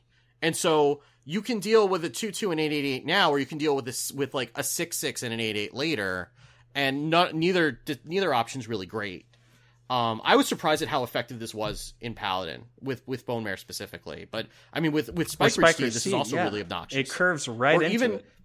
Or even Blessing of Kings, because still you have a 6/6 smashing you in the face that's going to leave an 8/8. You've got to deal with it, yeah. I think so. It feels similar to Eye of Blackpaw later in the game, where it's like, I kind of have to let them have a 5/3, because if I kill her, they'll have a 6/6 or 7/7 or something like that. So it's an interesting card. You lose tempo, but it messes your opponent up. I will say that I had a play 50 warrior class cards, and so I turned to the dark side. Some of you will never forgive me. I played Pirate Warrior up to rank 10. And I was playing against a paladin, and they played this on turn 5, and I was so excited because I had a Spellbreaker in my hand. And they played Spikeridge Steed, and I didn't have to deal with any of it. So that's the one downside is that everyone's running Spellbreakers right now. Because this card is just insane if those things go off. So I think it is probably a 4. What do you? A 4 and a 3 probably. Okay. I think it's going to be harder to get it to happen in Arena because you just have fewer things to buff it up. But in Constructed, it's actually stronger than I would have expected. You just have to think in the worst case that your opponent just decides not to deal with it, you get to do 2 damage to them every turn. Like, the worst thing they could do is throw up a taunt, and then your 2/2's gone for 5. But pretty cool card. I like it. Yeah. Next. All right. So Spellweaver is a 6 mana 4/4 with spell damage +2 that you're never going to play. So I mean, Evolve Cobalt doesn't see play. It saw some fringe play, but I think you want that more. But it saw fringe play because it cost 4 mana and it fit into freeze mage. And this is 6 mana. You're gonna have a hard time fitting anything behind it, and it's like two spell damage in arena is not going to do much for you because you just don't have that many spells typically that are going to do face damage or do additional damage. So when I think spell damage, like you play them because you want to play spells with them, so cheaper minions are the way to go. Not a bigger guy like this. So I think it's maybe a 2 and a 1, maybe ones. Yeah, I think it's just ones. Okay, that's fine. You're not seeing this constructed either. All right, next guy here is the Tainted Zealot. Now, this is another sneaky card that came out of nowhere that changed the game. 2 mana, 1/1, Divine Shield, and spell damage +1. I'm surprised it's not a pirate, because it is definitely a pirate. It looks like a pirate. I mean, anyway, really, it's just a survivable minion that has spell damage, which is good, in Rogue especially. All you've really played is Blood Mage Thalnos to get some extra, kick in your backstab or your eviscerate or something like that. Having Tainted Zealot, there's a good chance that she will survive for at least one more turn or something like that. Whereas Blood Mage Thalnos, they would just deal with it. They wouldn't be excited that you're going to draw a card, but at least you won't have that spell damage. This one, they're going to have to throw a couple things, and it could mess them up a bit. Yeah, I like this card a lot. I will punt on talking about this card until we talk about your card of the week because they kind of go together. Okay, sounds good. But I will say that this is I think this is a really good card. Even in arena, like a 2, a 1/1 with Divine Shield that gives you spell damage is probably okay. Yeah, it's not bad. Yeah. It's not bad, and in constructed, like there are enough places that you run Thalnos that you would just want more of him. Yeah. So I think a 4 and a 3. I think this is a 4 and a 3. Yeah. Okay. Sounds good. Next one, Tuskar Fisherman. Smelly fish, happy fish. Is that what he says? That's what he says. I like when you it. play him. So he's a 2 mana 2/3 battle cry. Give a friendly minion spell damage +1. So again, this is something you won't see in constructed because it's going to be too hard to pull off, and really you want other things at the 2 slot. But in arena, it's a 2 mana 2/3. You don't care if the effect goes off or not, so he's fine. Yeah. I think about Ancient Mage that gives spell damage to adjacent minions, and there was a really weird OTK deck with like wisps or something like that used him. Oh God! So I feel like maybe this guy might find a place. The fact that he's vanilla, like you said, in arena's fine, but in constructed, it's like okay, as long as I can reliably get this on something, then it's gonna do some damage and maybe make an unopposing minion a little bit scarier. So I guess the counter to that is you could just play a Tainted Zealot and make sure that you're going to get the spell damage. Yeah, I do think that Tainted Zealot's a better card. It's weird that they're coming out at the same time because you would think that the Fisherman could see a place without the Zealot. It's probably like a 1 and a 3. Yeah, I think so. Okay. You just take him and you're fine with it. Sure. All right, the Venomancer is one that you completely forgot about, and rightfully so. It's a 5 mana, 2/5 minion with poisonous. It's whatever. If this was a beast, it might be a little interesting, but in arena, in arena, it's great.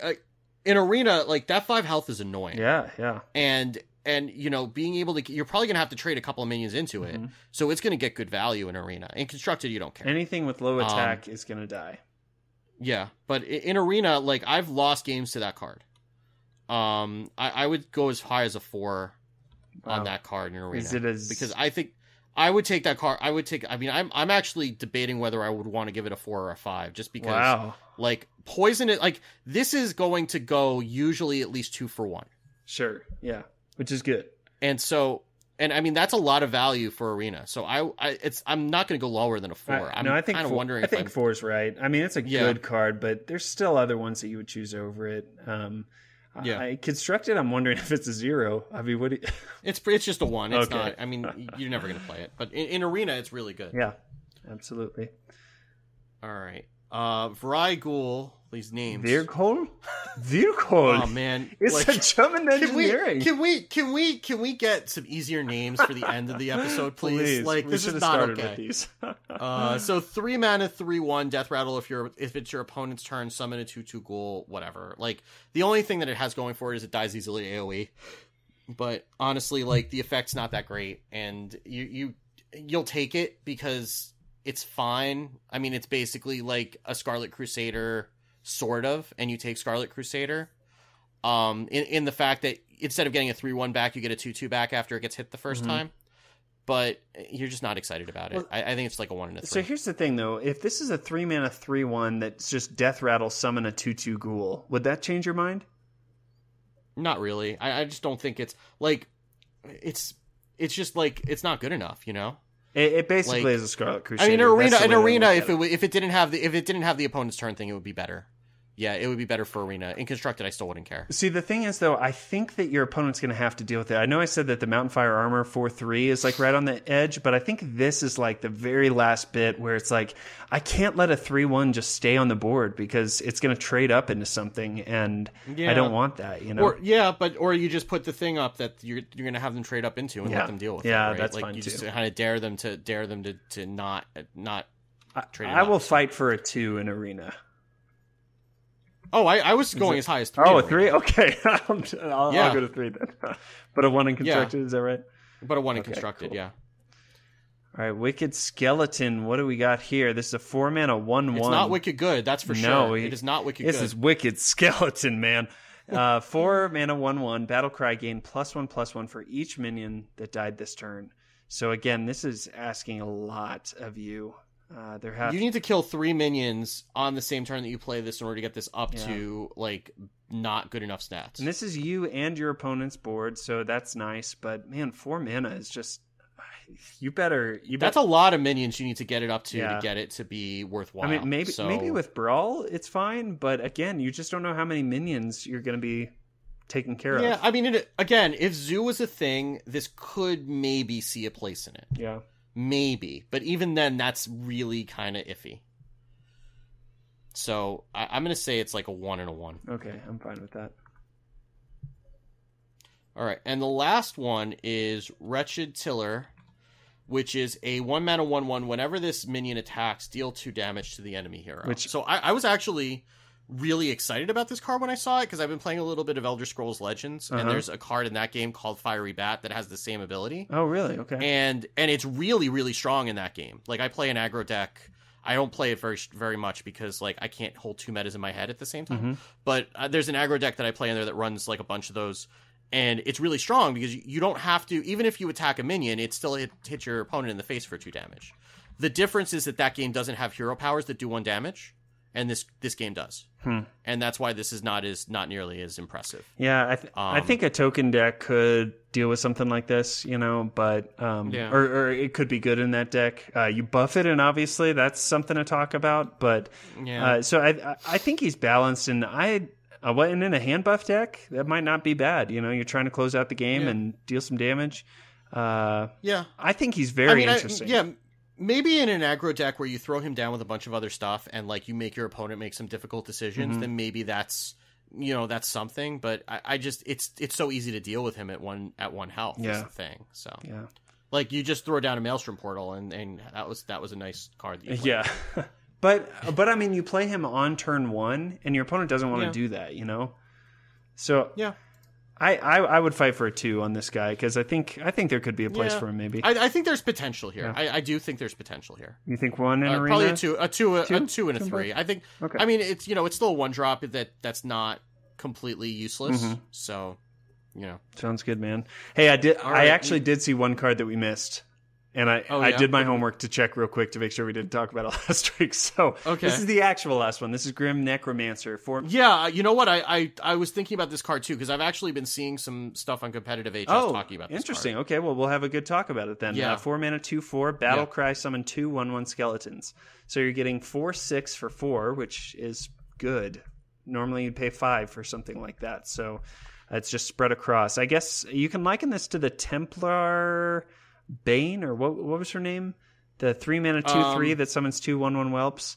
And for Paladin, if you're holding a dragon. Oh, yeah. The dragon card. Yeah. I don't remember the name of it, but I know what you're talking about. If you were holding a dragon, then it did that. I don't think that one saw play just because it was a little bit finicky. I mean, with this, you got the guaranteed 1/1 skeletons. It seems like a fine card. Yeah, the deck that I was seeing it on competitive HS was an aggro token druid. Okay. So you basically get 3 little dudes that you can then buff up. So that makes a lot of sense in that context. Or I would think maybe even for a budget Evolve Shaman or something like that. Like Yeah, I don't know what's the mana cost on the skeletons. They're probably ones, but really like her as a 4 mana, being able to evolve her, that's good. And then with those 2 manas, that's not bad. Yeah. Yeah, I think I saw something on like Vicious Syndicate or something like that was saying that this is one of the highest win rate cards in the expansion. What? Which was weird. Yeah. That's so odd. Yeah, it was really weird. I have to look it up really quick to see if I can find it. I mean, or actually, you know what? Let me look in. I'll go look in Blister Guy's Discord because I know he was talking about that on Walk to. He was talking about those stats specifically on Walk to Work. Crazy. A couple of episodes ago, and it was weird because they had this whole chart of all of these, all the cards that were being played the most out of the expansion and the ones that were like the highest win rate. Here it is. Here, I'll send this to you in Discord too, so you have it. But so it was it was HS Replay. It wasn't Vicious Syndicate. But Grim Necromancer, I have to figure out. Where did I see it? Maybe I'm making this up entirely. Oh no, it was in Shaman. Yeah, okay. So in Shaman, it was the 3rd highest win rate card, below Saronite Chain Gang and Drakari Enchanter of all things. Whoa. Yeah. People are so creative. I love... I've never seen this card played once. Like, that's the thing. Like I'm seeing this, I'm like, I've never seen this card played once, but apparently when it's played, and in Warlock also, that must be in a zoo deck. Because that's the only place that I could think of that it would be. But, yeah, in those decks where it's played, it's got a really high win rate. So, I would say that is better than our scores. No doubt. In the deck that wants it. Oh, and in Druid, it's actually the highest win rate card. That's right. That's crazy. For aggro Druid. Above Ultimate Infestation. That's ridiculous. That's okay. Well, I'm glad we didn't miss this card for one. Yeah. And for two, I guess we'll call that. I guess we'll call that a 4 because it does need to be in a specific deck. But apparently, when it's in that specific deck, it's a good. It does work. In Arena, honestly, it might be a 5. I mean, it's just. It could be, yeah. I mean, you're getting 3 bodies for 4 mana. That's fine. I'll put it for a 5. It's that good in my book. All right, man. Well, that's the end of all of the neutrals. It's time for me to pay you back because You prepared so hard to sing Bear Shark to sleep last week. It's my turn to bring some heat for you. Okay, fair enough. Go for it. All right, bringing it back to Warlock here, and you guys know which song we missed. I'm gonna take it to the bar though. I know you're sipping on your Mai Tai. You're wishing that the night was over, but you got one more song before you drive home here. Defile, you're killing off the board. And for 2 mana, it's insane. Oh, yes, it is. Defile, the card of the week. Play with Grim Patron, break the game. It's Defile. Oh, I feel like I'm with the Rat Pack. Yeah, that's actually probably not that Rat Pack. No. The real Rat Pack, not the card Rat Pack. Yes, that's what I was going for. So Defile is a very interesting card. 2 mana, rare Warlock spell, deal 1 damage to all minions, and if any die, you're going to cast this again. So this is an AoE effect that is very cheap and can just destroy. I mean, again, I hope a lot of you guys watch the Trolled videos because they're pretty funny. But honestly, I really enjoy watching them, especially around an expansion, because it kind of opens your mind to the things that can happen. And there's been a lot of shenanigans with Defile, namely, as I mentioned in the song, with Grim Patron. Because Grim Patron creates a couple more minions, and then sometimes if enough of them die, they can kind of infinitely spiral. And I don't know if it actually goes infinite, but it can go for a while. I think there's probably some sort of like number where eventually it runs out. But even when you're just running it as an AoE and you're not trying to do weird things with it, like I was saying on somewhere today that I cannot remember a higher skill floor card than this because you have to think in a so really far long time. Yeah, it's a lot of like complicated math. Like, I don't remember, like, hurting my brain this hard before playing a card, like, since the pre-nerf Grim Patron deck. Like, every time I play this card, it feels like the Grim Patron turn in that deck. It does, yeah. Like, it's especially like, so Tainted Zealot, I said I wanted to come back to that. Yes, so yes. The thing with Tainted Zealot is that guarantees a second activation off of this. Mm-hmm. So then you get 2, then 4, and then it keeps going after that. But the thing is that even when you're doing it, you have to take into account if you have any spell damage minions on board, and if those spell damage minions are going to die in the middle of the activation. That'll change it. Yeah, and I can't tell you how many times I've been off by 1 because I've forgotten about that. And it's like, it's such a hard card to get right, but when you can get it right, it is devastating. And it really does seem like so dirt cheap. I mean, the fact that you have to think about it is good. You know, it's a high skill cap card. But man, if you set it up just perfectly for 2 mana, you could clear the board, you could clear all of your opponent's minions, and it doesn't seem that difficult from my experience with it to really set it up to be to your advantage. So, I mean, Warlock needed some love. This is absolutely the card to help them out. Yeah. And it clears the board without doing damage to you in the process. Like, that's been the thing about all of Warlock's board clears, is that they've been things like Hellfire or Abyssal Enforcer that typically will hurt you along with the minions. Yeah, your hero. So, I mean, you can only do that so many times, especially without a lot of class healing, before you can't do that anymore. So this is it's both an AoE that's really powerful, and it doesn't hurt your face. So those two things together make it incredibly powerful. It's the one card, other than the Death Knight himself, that really has made Warlock more viable to be able to play. Yeah, I think it's 5s across the board. What do you think? It is. It's easily one of the best cards in the set, and I love how complex it is while still seeing simple on the outside. Yeah, right. Like, you can get the concept of it, but once you start playing it, it really makes you rack your brain and make sure it's going to go off the way that you think it's going to go off, and I love that about the card. Yeah.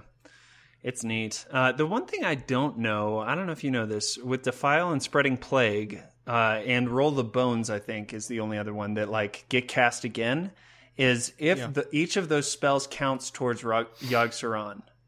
They do not. Okay, so it's just the one. It's only every card that is a spell that's been cast. Gotcha, okay. Yeah. Cool. Well, that finally concludes the Lich King. Steve, I really am interested to hear I could ask this question every time we do a review episode, and maybe I will. How do you feel about this expansion as a whole? Is this going to be one that we look back on 5 years from now?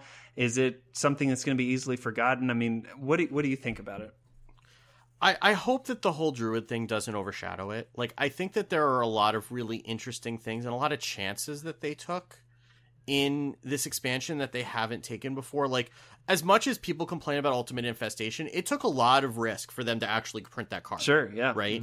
And you know, some of the other cards that are there that are like Defile, that are that complex, that you have to really think about before you play it. Like, I'm glad that they're taking chances and that they're willing to, you know, make cards that are more complex to play with and give us more room for skill to show through the game. So I'm just worried that the whole Druid thing is going to really kind of, you know, be a damper on it, the way that Spirit Claws kind of was for Karazhan.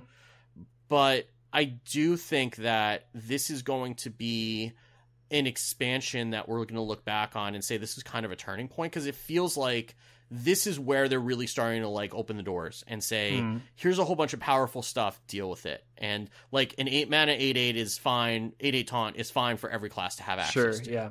Like, that, you know, but it doesn't feel like overpowered in the context of the set either. Like, it feels like it fits.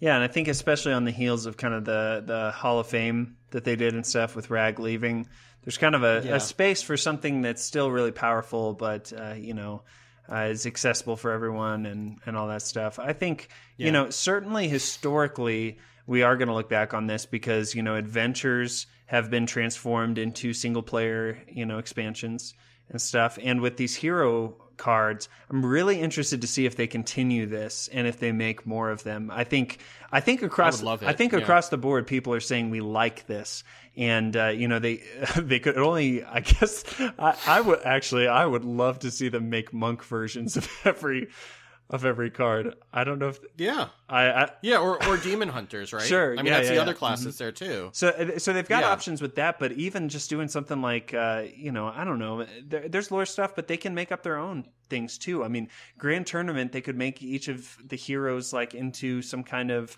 this is the grand hero of this tournament or something, so they could make Anduin the Brave and figure out his stuff. I think that they have created something that could have a lasting effect in the game, and whether or not these cards are actually the heroes that we need or something like that. I think that there's a lot of good stuff here, and that and the game's still a lot of fun. I think that it's nice to see the meta slow down a bit, but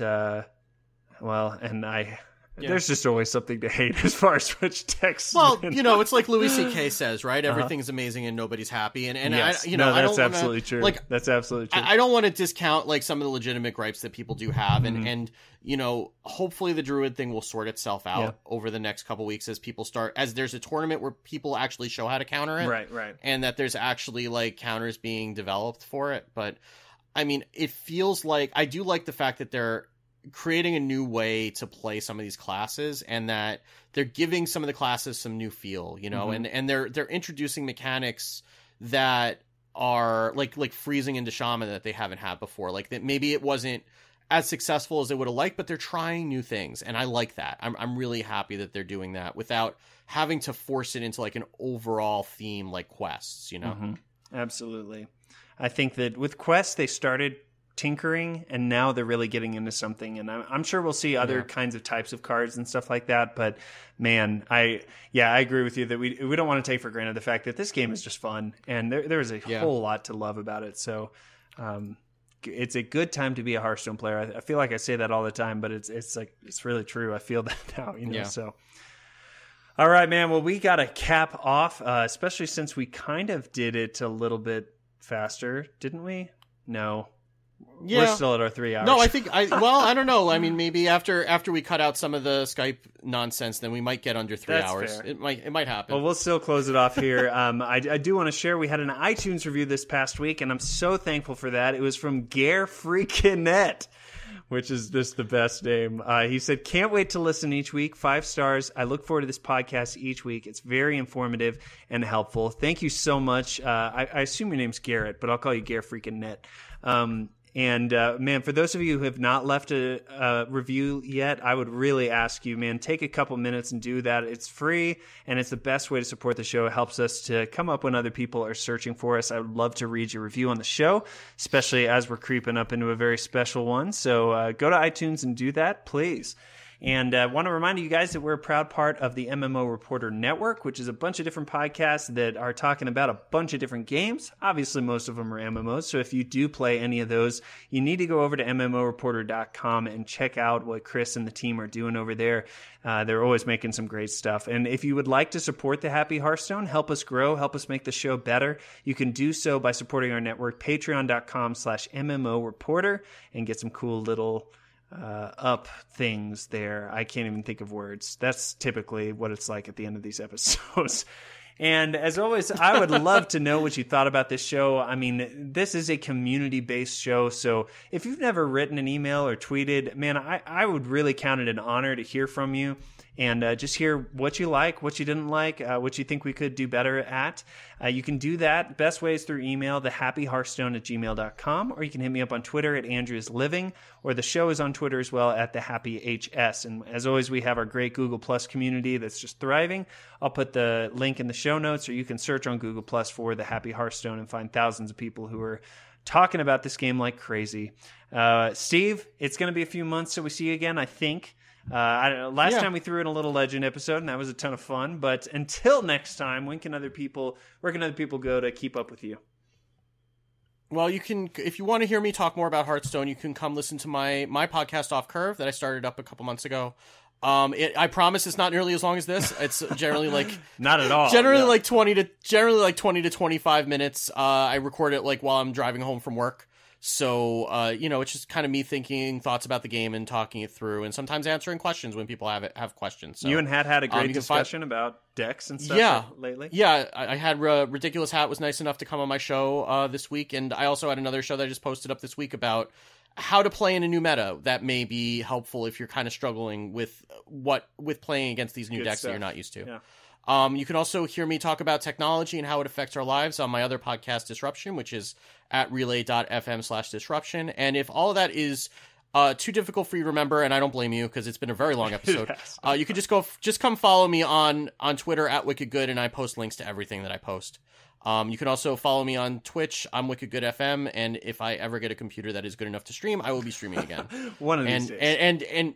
And Andrew, thank you again for having me on. It's an honor to be your designated number 2 for these episodes, and I always have a lot of fun, and I appreciate you inflicting me on your listeners for 3 hours for 2 episodes every expansion. Hardly, man. I always look forward to doing these with you, and I try to stay humble, but I will brag about the idea to have you on here for the review episodes, because I think it's just been a slam dunk, man. I love getting to talk about these cards with you. Appreciate the perspective you bring, and always have a blast talking with you, man. So thanks for being here too. And the feeling is mutual. It's good stuff.